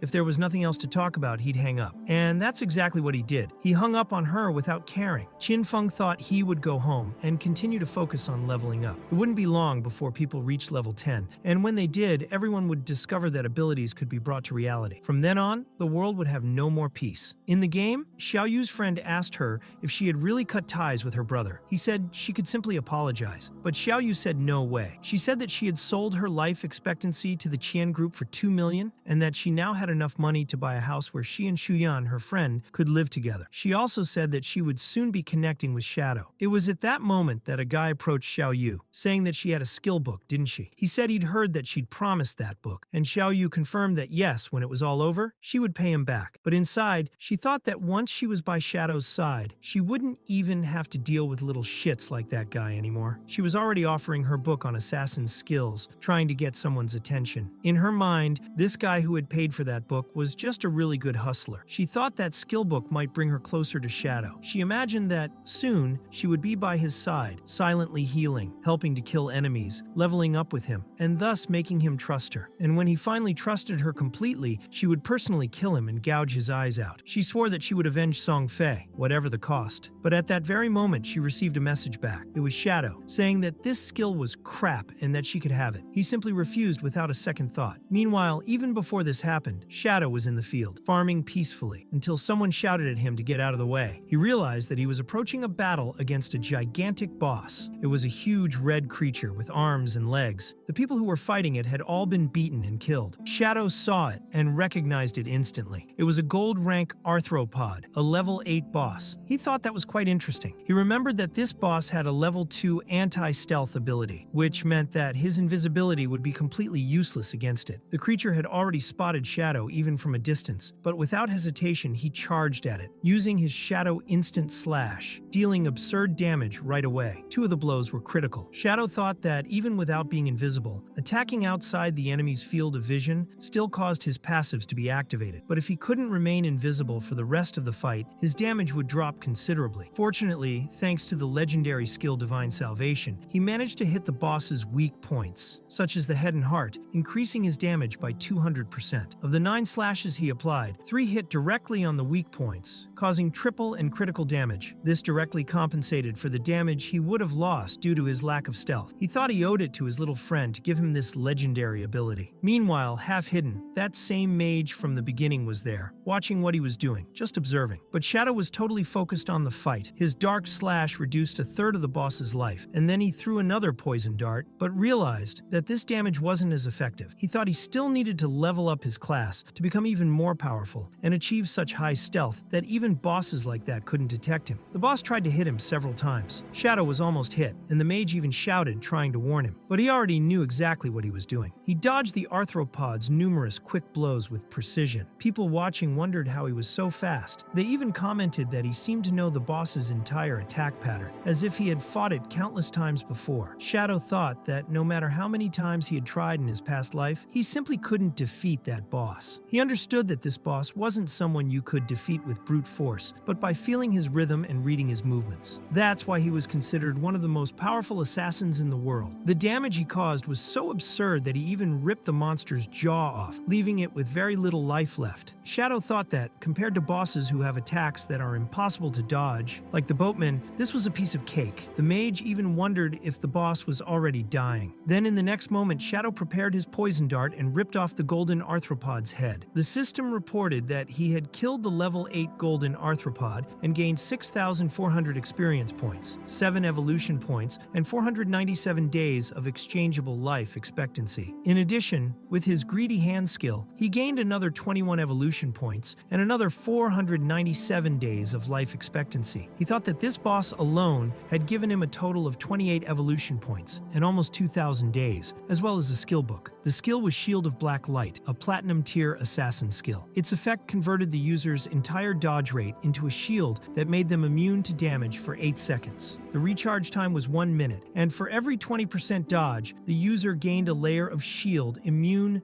to damage. However, the shield could be broken. Shadow realized that if he took this skill now, he would have a shield immune to damage with 3 layers, since his dodge rate was at 75%. Without thinking twice, he used up his evolution points and upgraded the skill directly to the epic tier. The total duration of the shield increased to 22 seconds, and the conversion rate went from 20% to 10%. In other words, he now had a shield with 7 layers of damage immunity. With this, he could start exploring much higher level areas. And even after these improvements, he still had 22 evolution points left over. So Shadow decided to invest in the damage of his poison dart. It could now hit a target 17 meters away, adding an extra 240 damage for the distance traveled. The poison's damage went up from 50% to 80% damage per second, and the duration stayed at 5 seconds. He thought that the poison dart was one of the best skills for him to level up, as it only had a 5-second cooldown, allowing him to inflict infinite poison on his enemies. In addition, he got new equipment for assassins: the Aura of Lightness, which gave 20 more agility and 20% more movement speed, and the Crimson Leather Gloves, which offered 18 more physical defense, 15 more resistance to all elements, 12 more constitution, and 588 more life points. He realized that he now had 2 pieces of the Crimson set, which increased his fire damage by 55%, as well as offering 51 more damage, 106 more physical damage, and 1,517 more hit points, all just for completing the set. Shadow was pleased, thinking that his attributes were now high enough to keep pace with his attacks. With the Shield of Blacklight, his survival was on another level. That's when Rosa of the Mist approached and commented that he had soloed a boss. She asked if he had any skill books to sell. She saw a golden skill book for mages called Ice Ejection, a group skill that launched a ball of ice that bounced up to 10 times. The price was 800 days of life expectancy. One person complained that it was too expensive, that he had seen someone selling it for much less, but Shadow explained that it was an ice skill, level 7. When upgraded to level S, it increased the damage by another 40%. So 800 days was a bargain. Without much thought, Rosa da Neblina bought the skill. They even waved goodbye to Shadow, treating him as if he were an idol, but at the same time being very afraid of him. Shadow then set off, thinking that first he would spread some news in the city. Then he would gather more information about the location of the next boss he wanted to hunt. That way, he would have an endless supply of bosses and his development speed would be maximized. That way, he would always be 10 steps ahead of anyone else. It was at that moment that Wang Meng sent Shadow a message, telling him that earlier Xiao Yu had said that she had a skill book. Shadow immediately thought that it must be a bronze level skill, completely useless. In his mind, it was obvious that Xiao Yu was only trying to get close to him to kill him too, since he had just killed Song Fei. So he replied to Wang Meng that she could just throw it in the garbage can. In truth, Shadow still wasn't sure whether Xiao Yu wanted to impress him or take revenge. While he was thinking about it, Xiao Yu received his message calling her skill a complete piece of crap. Shortly afterwards, Shadow commented to Wang Meng that he had some great equipment to sell, but Meng wanted to know something else first. He asked directly if Song Fei's death had been his fault. Bluntly, Shadow confirmed that yes, he had killed Song Fei himself. Shadow thought that Wang Meng was on Song Fei's friends list, so he could clearly see the exact moment when Song Fei went offline. And that time exactly matched the time of the murder, so it was impossible for him not to know what had happened. He realized that since Wang Meng was asking, it meant that the authorities had already deduced most of what had happened. That's why Shadow wondered what that question was about. Was he trying to trap him? He then thought that in about 2 hours' time, other players would also reach level 10, and the fact that skills could be extracted for real life would no longer be a secret. This made it the perfect time to test how the authorities would react, practically forcing the start of an investigation. Later, Shadow met up with Wang Meng's group, and Anyu asked him if it really was him who had killed Song Fei. He confirmed it without hesitation, saying that yes, it was him. Anyu replied that, to be quite honest, during the investigation she had conducted, he was already the main suspect. In fact, he had been on the list of suspects from the start. They knew very well that Song Fei was planning something against him and that Jiang Industries was kidnapping players, forcing these people to work within the game, obviously causing many casualties. Shadow thought that, at least for the time being, they still couldn't find out who he was in real life, so he intended to maintain this cooperation. In his past life, he worked closely with the authorities, always kept his name clean and was never blacklisted. But this time, he had directly killed both Song Fei and Zhongli, and that obviously changed the course of things completely. Shadow wanted to see how his actions could change the future of the godforsaken game. He thought that this time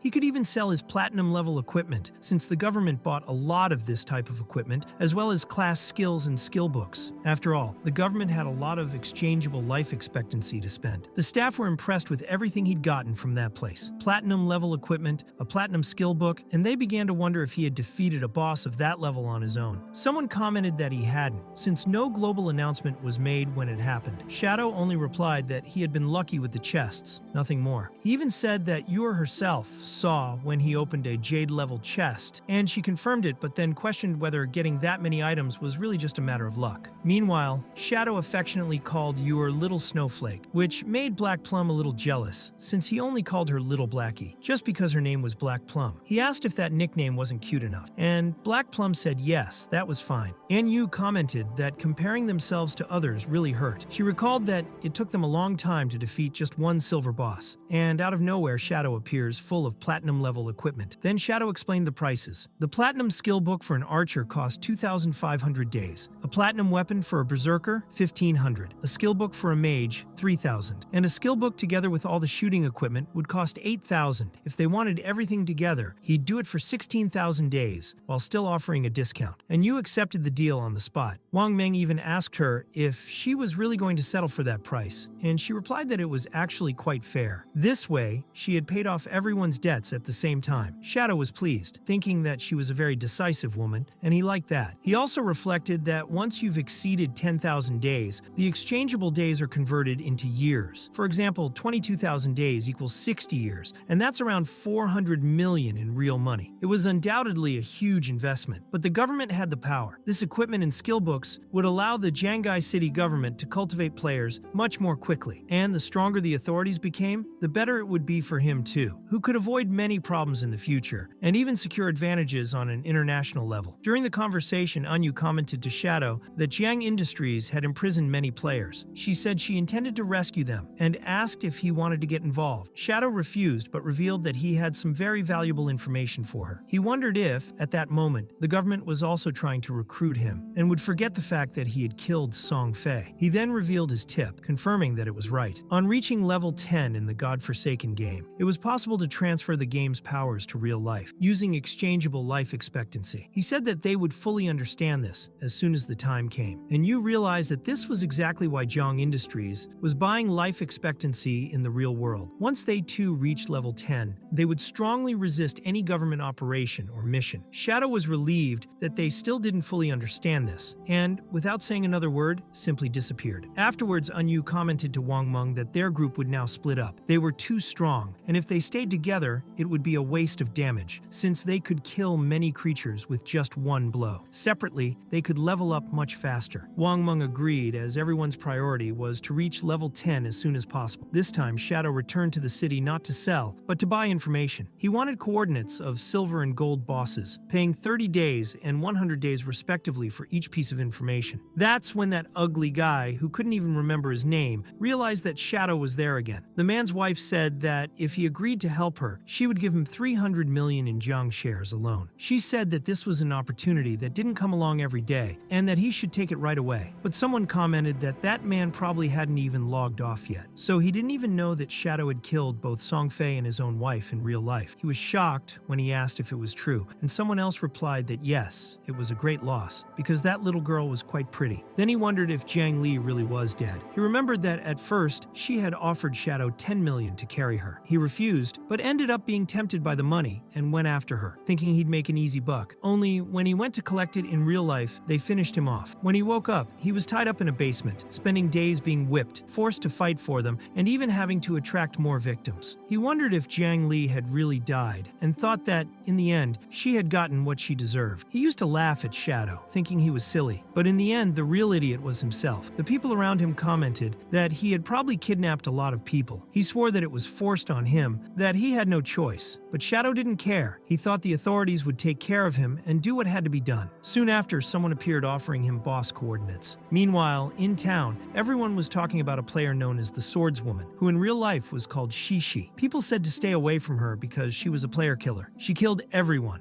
and stole days off their life expectancy. Shishi said that the game wasn't that impressive. According to her, all you had to do was spend a bit of money, buy equipment and skills, and off you went, killing everyone. But she was extremely angry because this damned game had made her miss her flight. She should be in North America right now, enjoying life, but she was stuck here, unable to leave the country, surrounded by bugs inside this game. She then told Tony that she found his men much more charming. Tony replied that she had good taste, that they were naturally superior to the men in this place, and even commented that she could try them later if she wanted to. The situation was already getting very awkward, but Shishi continued, saying that she'd heard that useless Song Fei had died. She said that she had even played with him once, but that he died quickly, calling him a piece of trash. She had been told that he had been killed by Shadow, who was now considered the most powerful player of all. She thought that if Shadow killed Song Fei, then eliminating any other ordinary player would be child's play for him, and she really wanted to take advantage of this opportunity. Shishi then logged out of the game and ordered his men to find Shadow anyway. She believed that perhaps money wouldn't be enough for him, but an offer of 3,000 days might convince him. She imagined that, with that, he could snap his fingers and kill anyone she told him to, and she would never forget his face when he rejected her in the past. The problem was that she had no idea that the Qin Feng she wanted dead and Shadow himself were the same person. Meanwhile, one group was defeating several creatures at once, and who was now part of that group was Xiao Yu, who had been kicked out of the previous group, but at least was now helping out as support, healing. One of the players complained that the next time she healed him, she should put a little more life into him because he had almost died. Xiao Yu responded by asking why he was complaining, since he hadn't even died. She then said she was hungry and logged off, along with her friend Xuan, who was also in the same group. The two of them were kind of working together. The guy went on to say that Xiao Yu was now a bit of a mess, and that when he had the chance, he was going to break up with her. Only when she logged off, she realized that her new apartment was a complete mess. She was starving, but the delivery apps were full because practically everyone was into this damn game. She thought that X always cooked for her, and she never had to lift a finger to do anything. But now she had to forget about it. She was free of him. She was strong, she was the best, and she could do it on her own. She also thought she needed to get rid of her brother once and for all. Meanwhile, in a cave on the beach, a huge crab was trying to escape, but was easily split in half by Shadow. He commented that he had killed 4 silver-level bosses in just 1 hour and thought that was a great result. Each kill gave him 16 evolution points, and by adding up all the loot, he got another 3,500 days of exchangeable life expectancy. His equipment was now completely gold tier, or even higher. The recharge time reduction jumped from 55% to 75%, and the recharge time of Shadow Instant Cut dropped from 12 seconds to 6.8. Even so, there were no platinum bosses near the city, so gold-level equipment was still the limit for the time being. The only way to advance now was to move up a class. All future platinum bosses had at least level 2 stealth detection, so he needed to evolve quickly to get level 3 stealth. He still lacked 20,000 experience. Only with stealth level 3 could he remain completely invisible in front of the platinum bosses. In his past life, it took 20 people to kill a platinum boss, but this time he planned to do it alone. So he decided to return to the city and sell all his equipment to the government. The plan was to stay 10 steps ahead of everyone and become the first to defeat a platinum boss on his own. Later, back in the city, Shadow had an incredible 105 years of exchangeable life expectancy. Several people were watching him wanting to sell equipment too, but Shadow knew that he had almost 40,000 days of accumulated life expectancy, which was simply excellent. It was then that a man approached him, asking if he was Shadow and saying that he had an offer to kill him in real life. The reward was very good, but Shadow just ignored him at first. Only the guy insisted and revealed that the target was a certain Qin Feng, saying that if Shadow had already killed Song Fei, that would be easy money for him. Right away, Shadow thought, they killed Qin Feng? He wondered if this guy's head was really worth that much money. The man replied that the payment would be 3,000 days, which would be around 50 million in real money. Shadow reflected, wondering who wanted him dead for that kind of money. Probably someone he hadn't met yet in this life, and he realized that the man making the offer was probably just a messenger, not the person who wanted him dead. He thought it was too early to be creating unnecessary enemies, especially within the game, because that left only one possibility. There was only one person who would have enough motive and motivation to want to kill him, Shishi. Only she would be able to order Qin Feng's death. But then he reflected that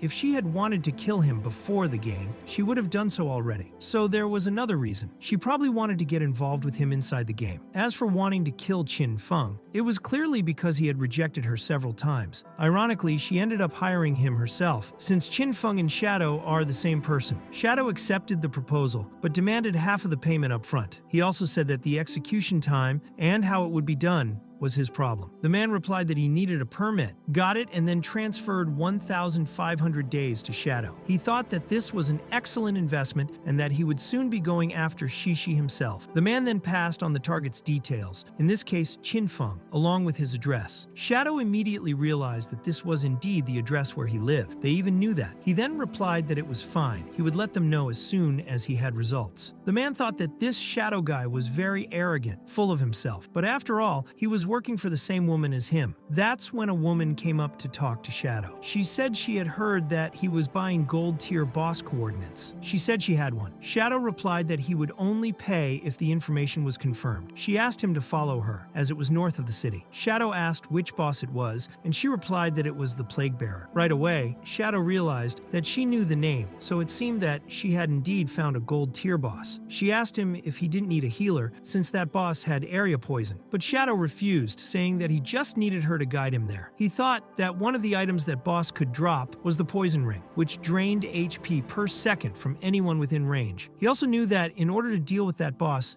it was essential to kill it quickly. And that's it, folks. If you enjoyed this video, don't forget to leave a like. It really boosts the channel. If you're not already subscribed, subscribe and activate the bell so you don't miss any of the next videos, because there's a lot of great stuff coming up. And if you want to support the channel even more, become a member. Upon arriving at the designated location, Shadow saw that it was a cave where the boss was hiding. The woman explained that her team had already defeated all the smaller monsters inside the cave until they reached the deepest area, where the real challenge awaited. The environment there looked like a swamp, completely tainted by a deadly mist, capable of killing any creature that breathed it in. After observing the place, Shadow paid the woman the agreed amount, the equivalent of 100 days of negotiable lifespan. He reflected that, according to the game's rules, he might be able to avoid the poison, thanks to his high dodge rate, which reached 75%. He believed that would make things easier, but the woman revealed something important. She warned that the place was actually a trap set for him. As soon as he started fighting the boss, several people would appear to kill him. She knew they had level 2 anti-stealth items, which made the situation even worse. She confessed that she had been sent to kill him, to lure him there, gain his trust, and discover who he really was in real life. She admitted she didn't want to do it. She said the people behind the trap were threatening her in real life, and begged Shadow to eliminate them as well. She explained that the mastermind was Dongfang Xian, whom Shadow had already killed before. He found that revelation odd, and recalled Dongfang as someone who had once tried to steal one of his bosses in the past, but ended up giving him a skill book as an apology. The woman insisted that if Shadow had truly killed Song Fei before, then he could also defeat Dongfang. For her, if Dongfang were eliminated, her life would be safer. Shadow thought the plan sounded childish, and reflected that, in his past life, he had never even heard of that man, perhaps because someone had already taken him out. Still, he told himself that he might consider killing Dongfang later, but for now,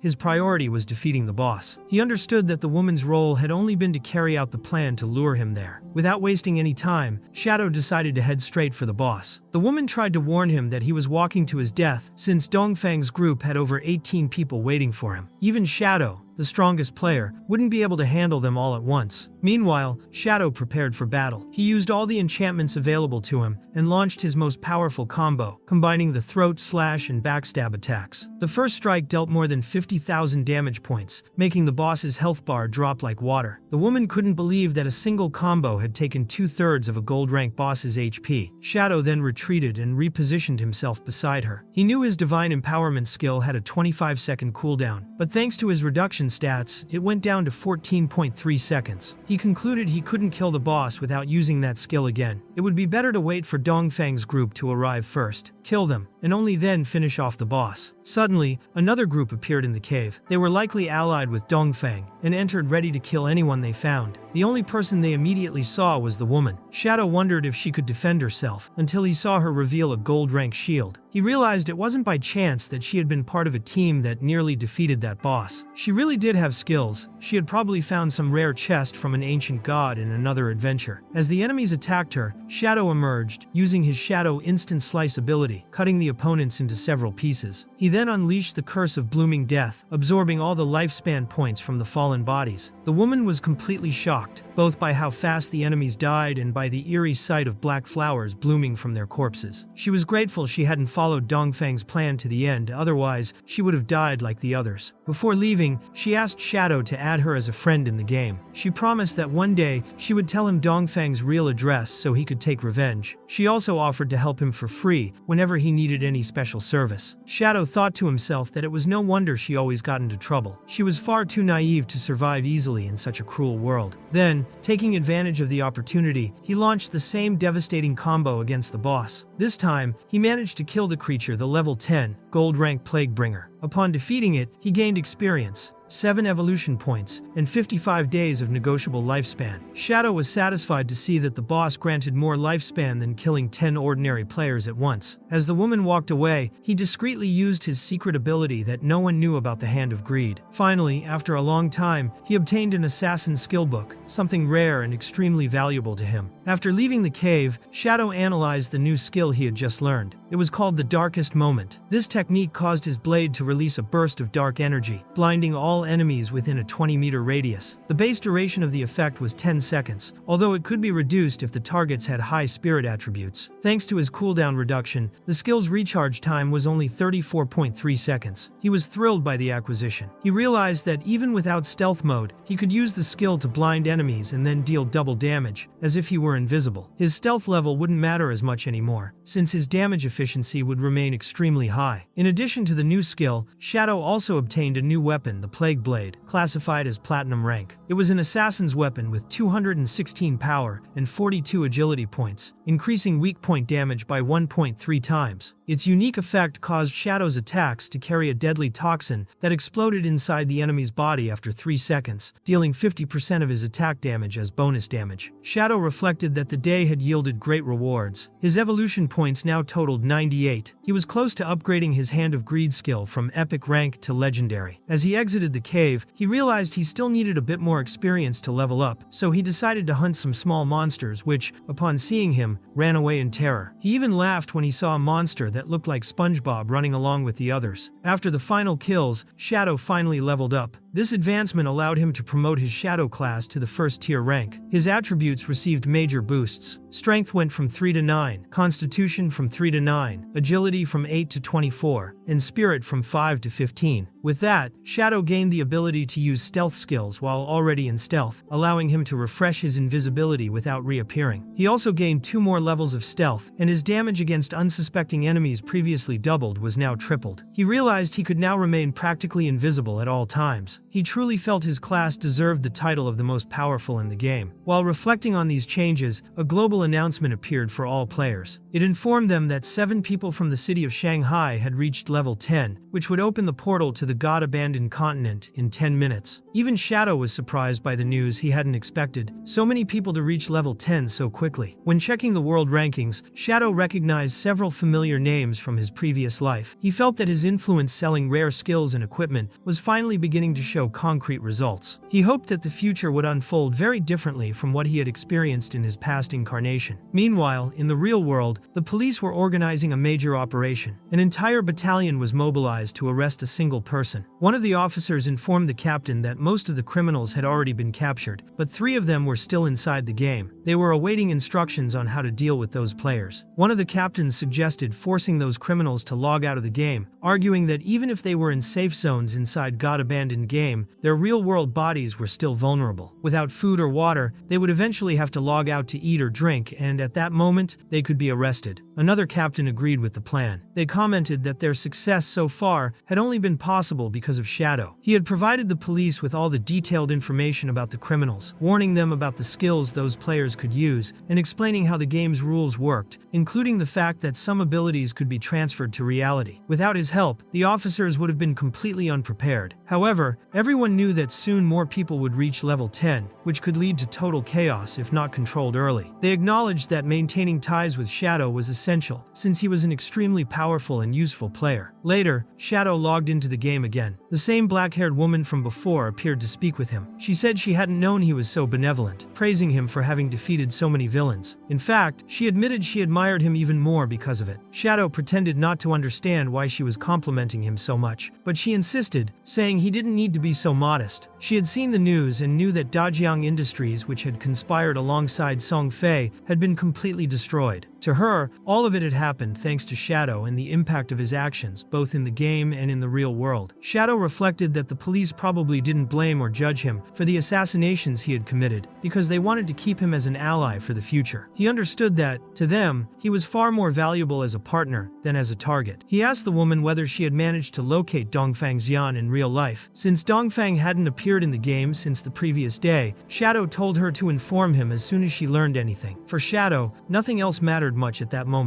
His main goal was finally to reach the god-abandoned continent. Many people were already using teleportation portals to move between cities, but no one yet knew how to access the continent directly. Shadow did. The area that had long been considered just a beginner's village was, in fact, the direct entrance to the continent. When he used the teleport while in stealth, people were startled. They thought the portal had simply vanished into thin air, not realizing that Shadow, completely invisible, had entered it. Only later did they understand what had really happened. Upon arriving on the other side, Shadow confirmed that it was the same continent from his previous life. He recognized the ruins of the ancient city of Jiangnan. Players from different cities arrived in the god-abandoned continent through the ruins of their own cities. The geography of that continent was identical to that of the real world, which was why it had always been shrouded in mystery, something most people still hadn't realized. As soon as he arrived, a massive creature greeted him with a sudden attack. Shadow dodged easily, using his high evasion rate, and with a swift, dark strike, killed the monster. Soon after, another one of the same species appeared, an earth-shaking worm. To deal with them, Shadow activated Divine Empowerment and used Instant Shadow Slash, killing all of them at once. He knew that in the god-abandoned continent, there were no truly safe zones where monsters couldn't appear. You could be attacked anywhere, anytime. Still, there were shelters and sanctuaries considered relatively safe, and he knew the best one was north of Jiangnan. In his previous life, that place had become the headquarters of the powerful God-Slayers Guild. Meanwhile, Wang Meng's group also arrived on the continent. They were amazed to see that the place was identical to Jiangnan City, with the same buildings and streets. Haizi was particularly eager to find out where Shadow was since they had heard he had come there too. Yushui tried to calm him down, reminding him that Shadow had a habit of vanishing into thin air. Then, two more earth-shaking worms appeared before them. Shu cast her buffs on Wang Meng, who managed to hold off both monsters at once, even while taking damage. Yushui provided cover by continuously healing his wounds. The group's archer pinned the monsters down, allowing Haizi to unleash his massive fire spell, burning and defeating both worms with relative ease. After the fight, Yushui used her owl to scout the area, discovering that there were still many monsters nearby, but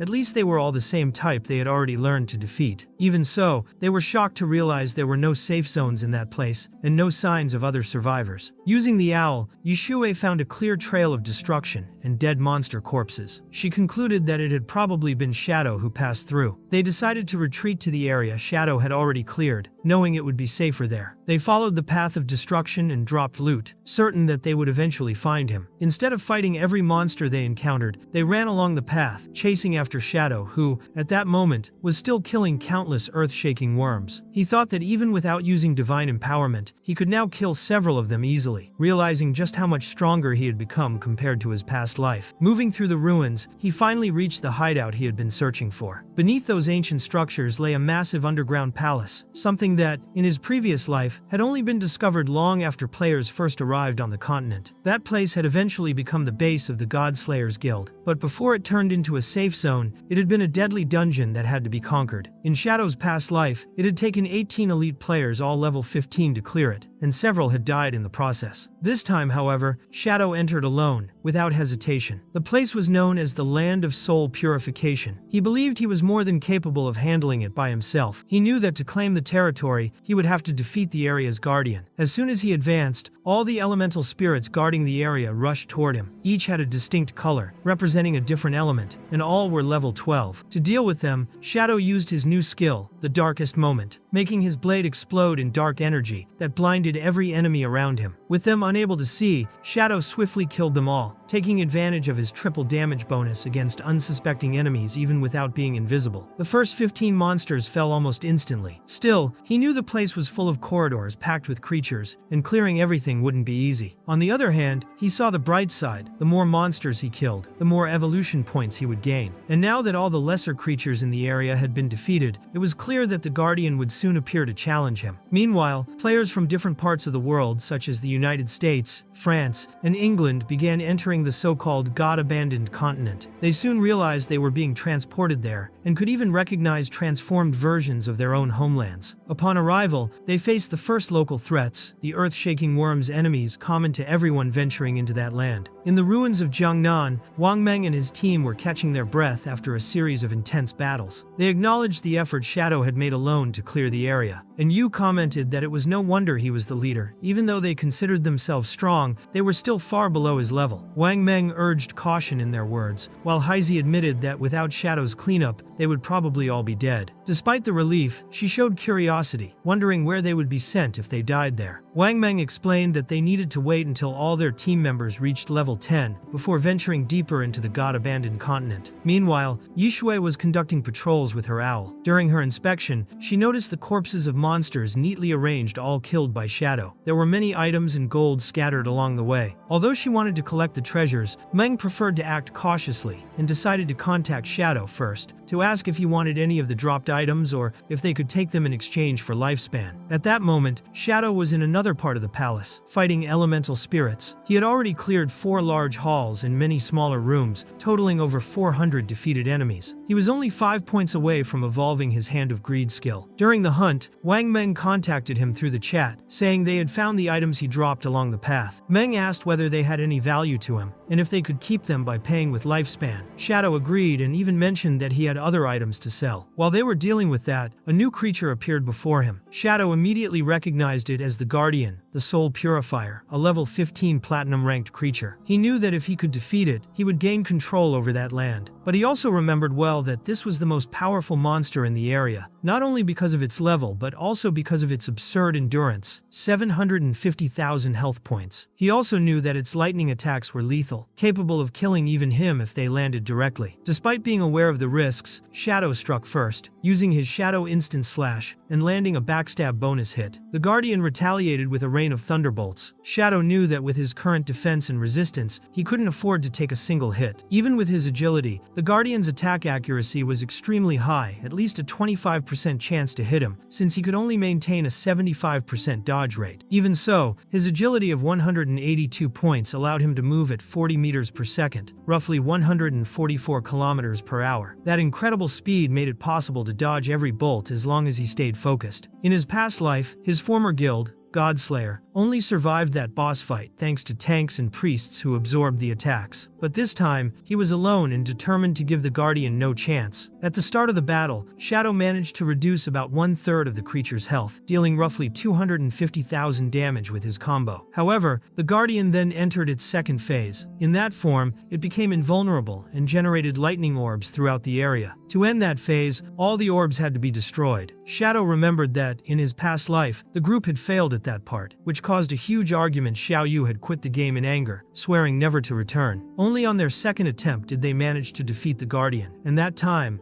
without her. Now, Shadow was determined not to repeat that mistake. He used poison darts to destroy the orbs from a distance, as each destroyed orb inflicted direct damage on the Guardian. When he managed to eliminate them all, the second phase ended, and the third began. In this phase, the Guardian unleashed a continuous area of effect lightning storm. In the past, his old guild had nearly been wiped out by that very attack, even with lightning-resistant gear and multiple healers. This time, Shadow had a different plan. He knew the attack only hit the ground, so he moved to the ceiling, activating his special shield which completely negated all damage. He prepared for a decisive aerial strike. With Divine Empowerment active and the Blacklight shield engaged, he unleashed his max-level Shadow Instant Slash, decapitating the Guardian in a single blow. Thus, he killed Fa Yi Sa-Er, the Soul Purifier, a platinum-ranked enemy. As a reward, he leveled up to 11, gained +4 to all attributes, 10 bonus attribute points to allocate freely, and 20 evolution points. He also earned 10 reputation points for being the first player in the world to defeat a platinum-level boss. To him, it was clear that the hideout wasn't just a shelter, it was a valuable vault. Most importantly, everything stored there could be taken into the real world. In Shadow's past life, when God Abandoned became reality, modern weapons lost all usefulness. Future wars were fought using equipment and weapons obtained within the game itself. The way those items crossed between dimensions was through hideouts and special shelters. Shadow had fond memories of that base, but was determined not to repeat his past path. This time, he wanted to become the strongest while the game still lasted. Elsewhere, Xiao Yu's group was fighting a massive creature wielding an axe. However, she was cleaved in half during the fight.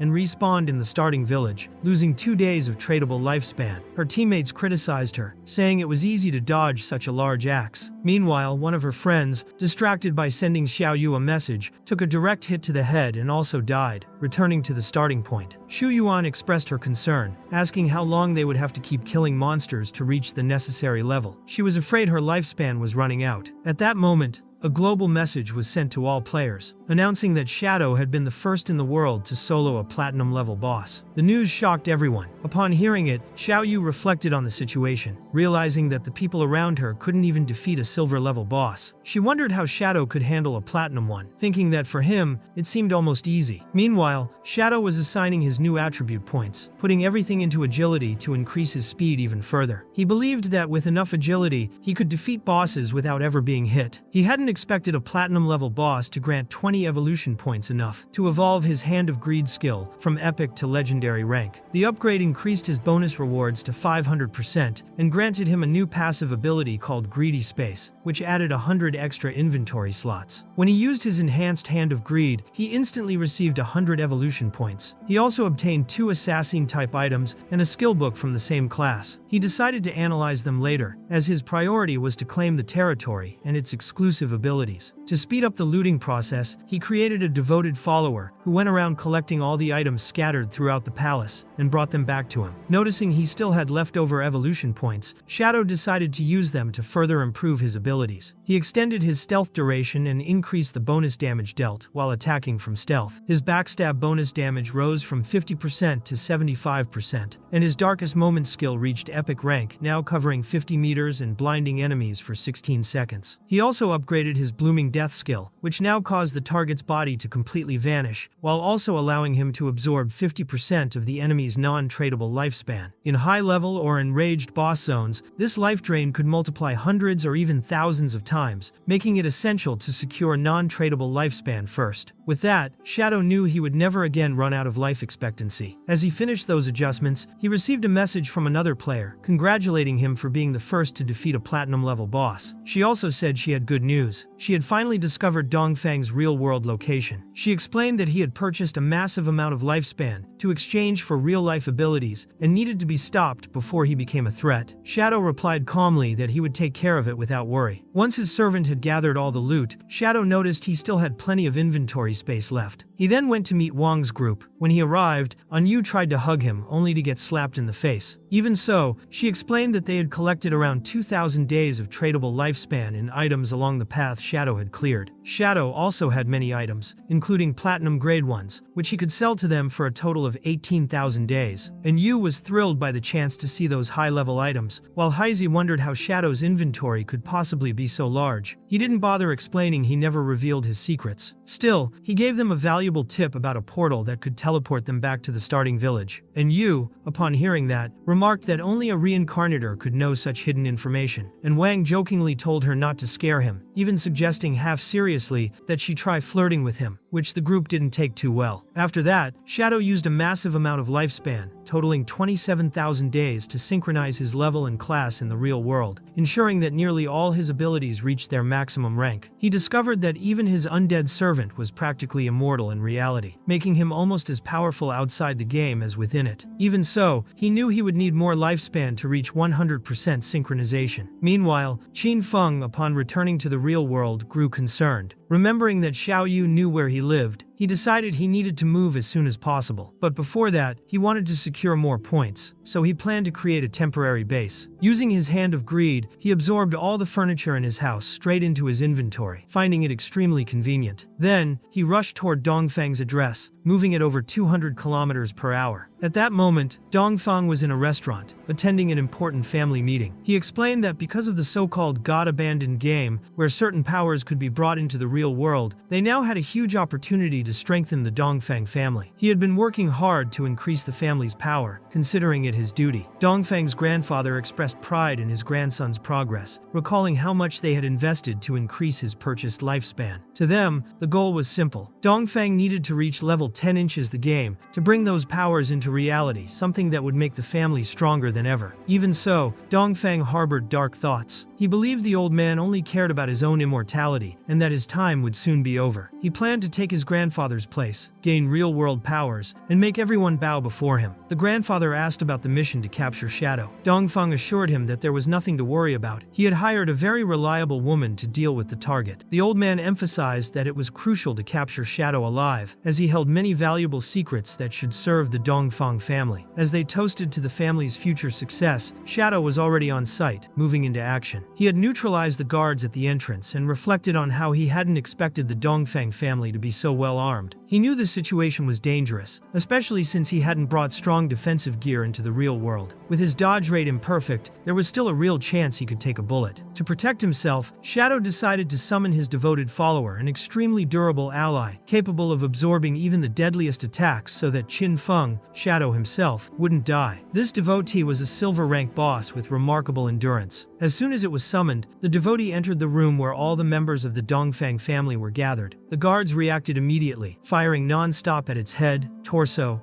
and legs. Even so, the devotee didn't fall. It killed the first guard blocking its way and charged straight toward the grandfather, the current head of the family. The old man died the next instant, while Dongfeng fled in panic. Dongfeng thought he had to stay alive in order to keep playing. Reaching level 10 was his only hope to bring game abilities into the real world and survive. But he didn't have time to do anything. In the blink of an eye, he saw Shadow standing before him. The next second, his vision flipped upside down, his head had been torn off. Still in stealth mode, Shadow used his ability called Bloom in Death. He absorbed a total of 27,000 tradable life expectancy days from his victims. For him, it was an excellent harvest. He knew that in moments like these, his skill became even more valuable. Not only did it erase every trace of the bodies, but it also absorbed the life expectancy of anyone nearby, even those who had never played the game. As a result, Shadow's non-tradable life expectancy reached 2,300 years. He believed that later, in the violent zone of the god-abandoned continent, he might not even feel anything anymore. Meanwhile, the police arrived quickly, drawn by the gunfire. But when they searched the VIP room, they found nothing, no bodies, no evidence. They then began checking the other rooms. During that time, Shadow used his invisibility to escape unnoticed. Shadow's next target was the Qian group. Their main headquarters had moved to the United States after the game began. However, Shishi was still trapped in China, and he intended to eliminate her before she could flee the country. He estimated that searching the entire city for her would take 2 to 3 hours, a waste of time, in his opinion. So, he decided to stay in a hotel and log back into the game. Once online, he remembered that he still had several silver and gold rank ruins to explore for resources. But then, he received a message from Anyu with great news. The group had found the entrance to a gold rank tomb. However, they had been unable to defeat its guardian. Shadow wanted to know exactly where the tomb was, and Yu explained that on their way back to the teleport leading to the main village, they had to take a detour to avoid monsters. During that detour, they noticed Heizi had vanished. She had fallen into a pit which turned out to be the entrance to the tomb. The group went in but had to flee in terror. Now, they were all back at the starting village, and Anyu promised to send Shadow the coordinates. He thought Heizi was truly lucky to stumble upon secret places like that by accident. He also acknowledged Anyu's cleverness and agreed with her to sell any rare items they found together. When Shadow arrived at the tomb entrance, he noticed it looked like a strange well in the middle of the city, very suspicious. Upon entering, the system notified him that he was now in the Tomb of Resentment. Inside, all long-distance communications were blocked. Soon he encountered an enemy, an undead butcher, a vengeful gold, tier level 12 phantom. Shadow analyzed the creature, realizing he had never seen anything like it, not in this life nor his previous one. It was a ghost that attacked from afar with powerful physical strikes, which explained why Anyu and the others had fled so quickly. Their equipment wouldn't withstand even one blow, but Shadow knew that if he could land a single precise strike, he could kill the monster. So he used his ability, Shadow Instant Slash, slicing the enemy into multiple pieces and securing his victory. Even after using the Shadow Instant Slash, Shadow had to activate another skill to finish off the boss. The initial attack had dealt 80% of its health a lot, but not enough to kill it outright. So he used the Throat Cutter skill to deliver the final blow. However, something unexpected happened. As soon as the boss's body died, its limbs exploded into chunks of flesh and blood, a skill called Corpse Explosion. Thanks to his quick reflexes, Shadow dodged just in time. He remembered facing a similar boss with his old guild in his previous life. Back then, when the monster died, everyone rushed to grab the loot without realizing the danger, and many teammates had died in the same explosion. He never imagined he'd encounter such an enemy inside a tomb.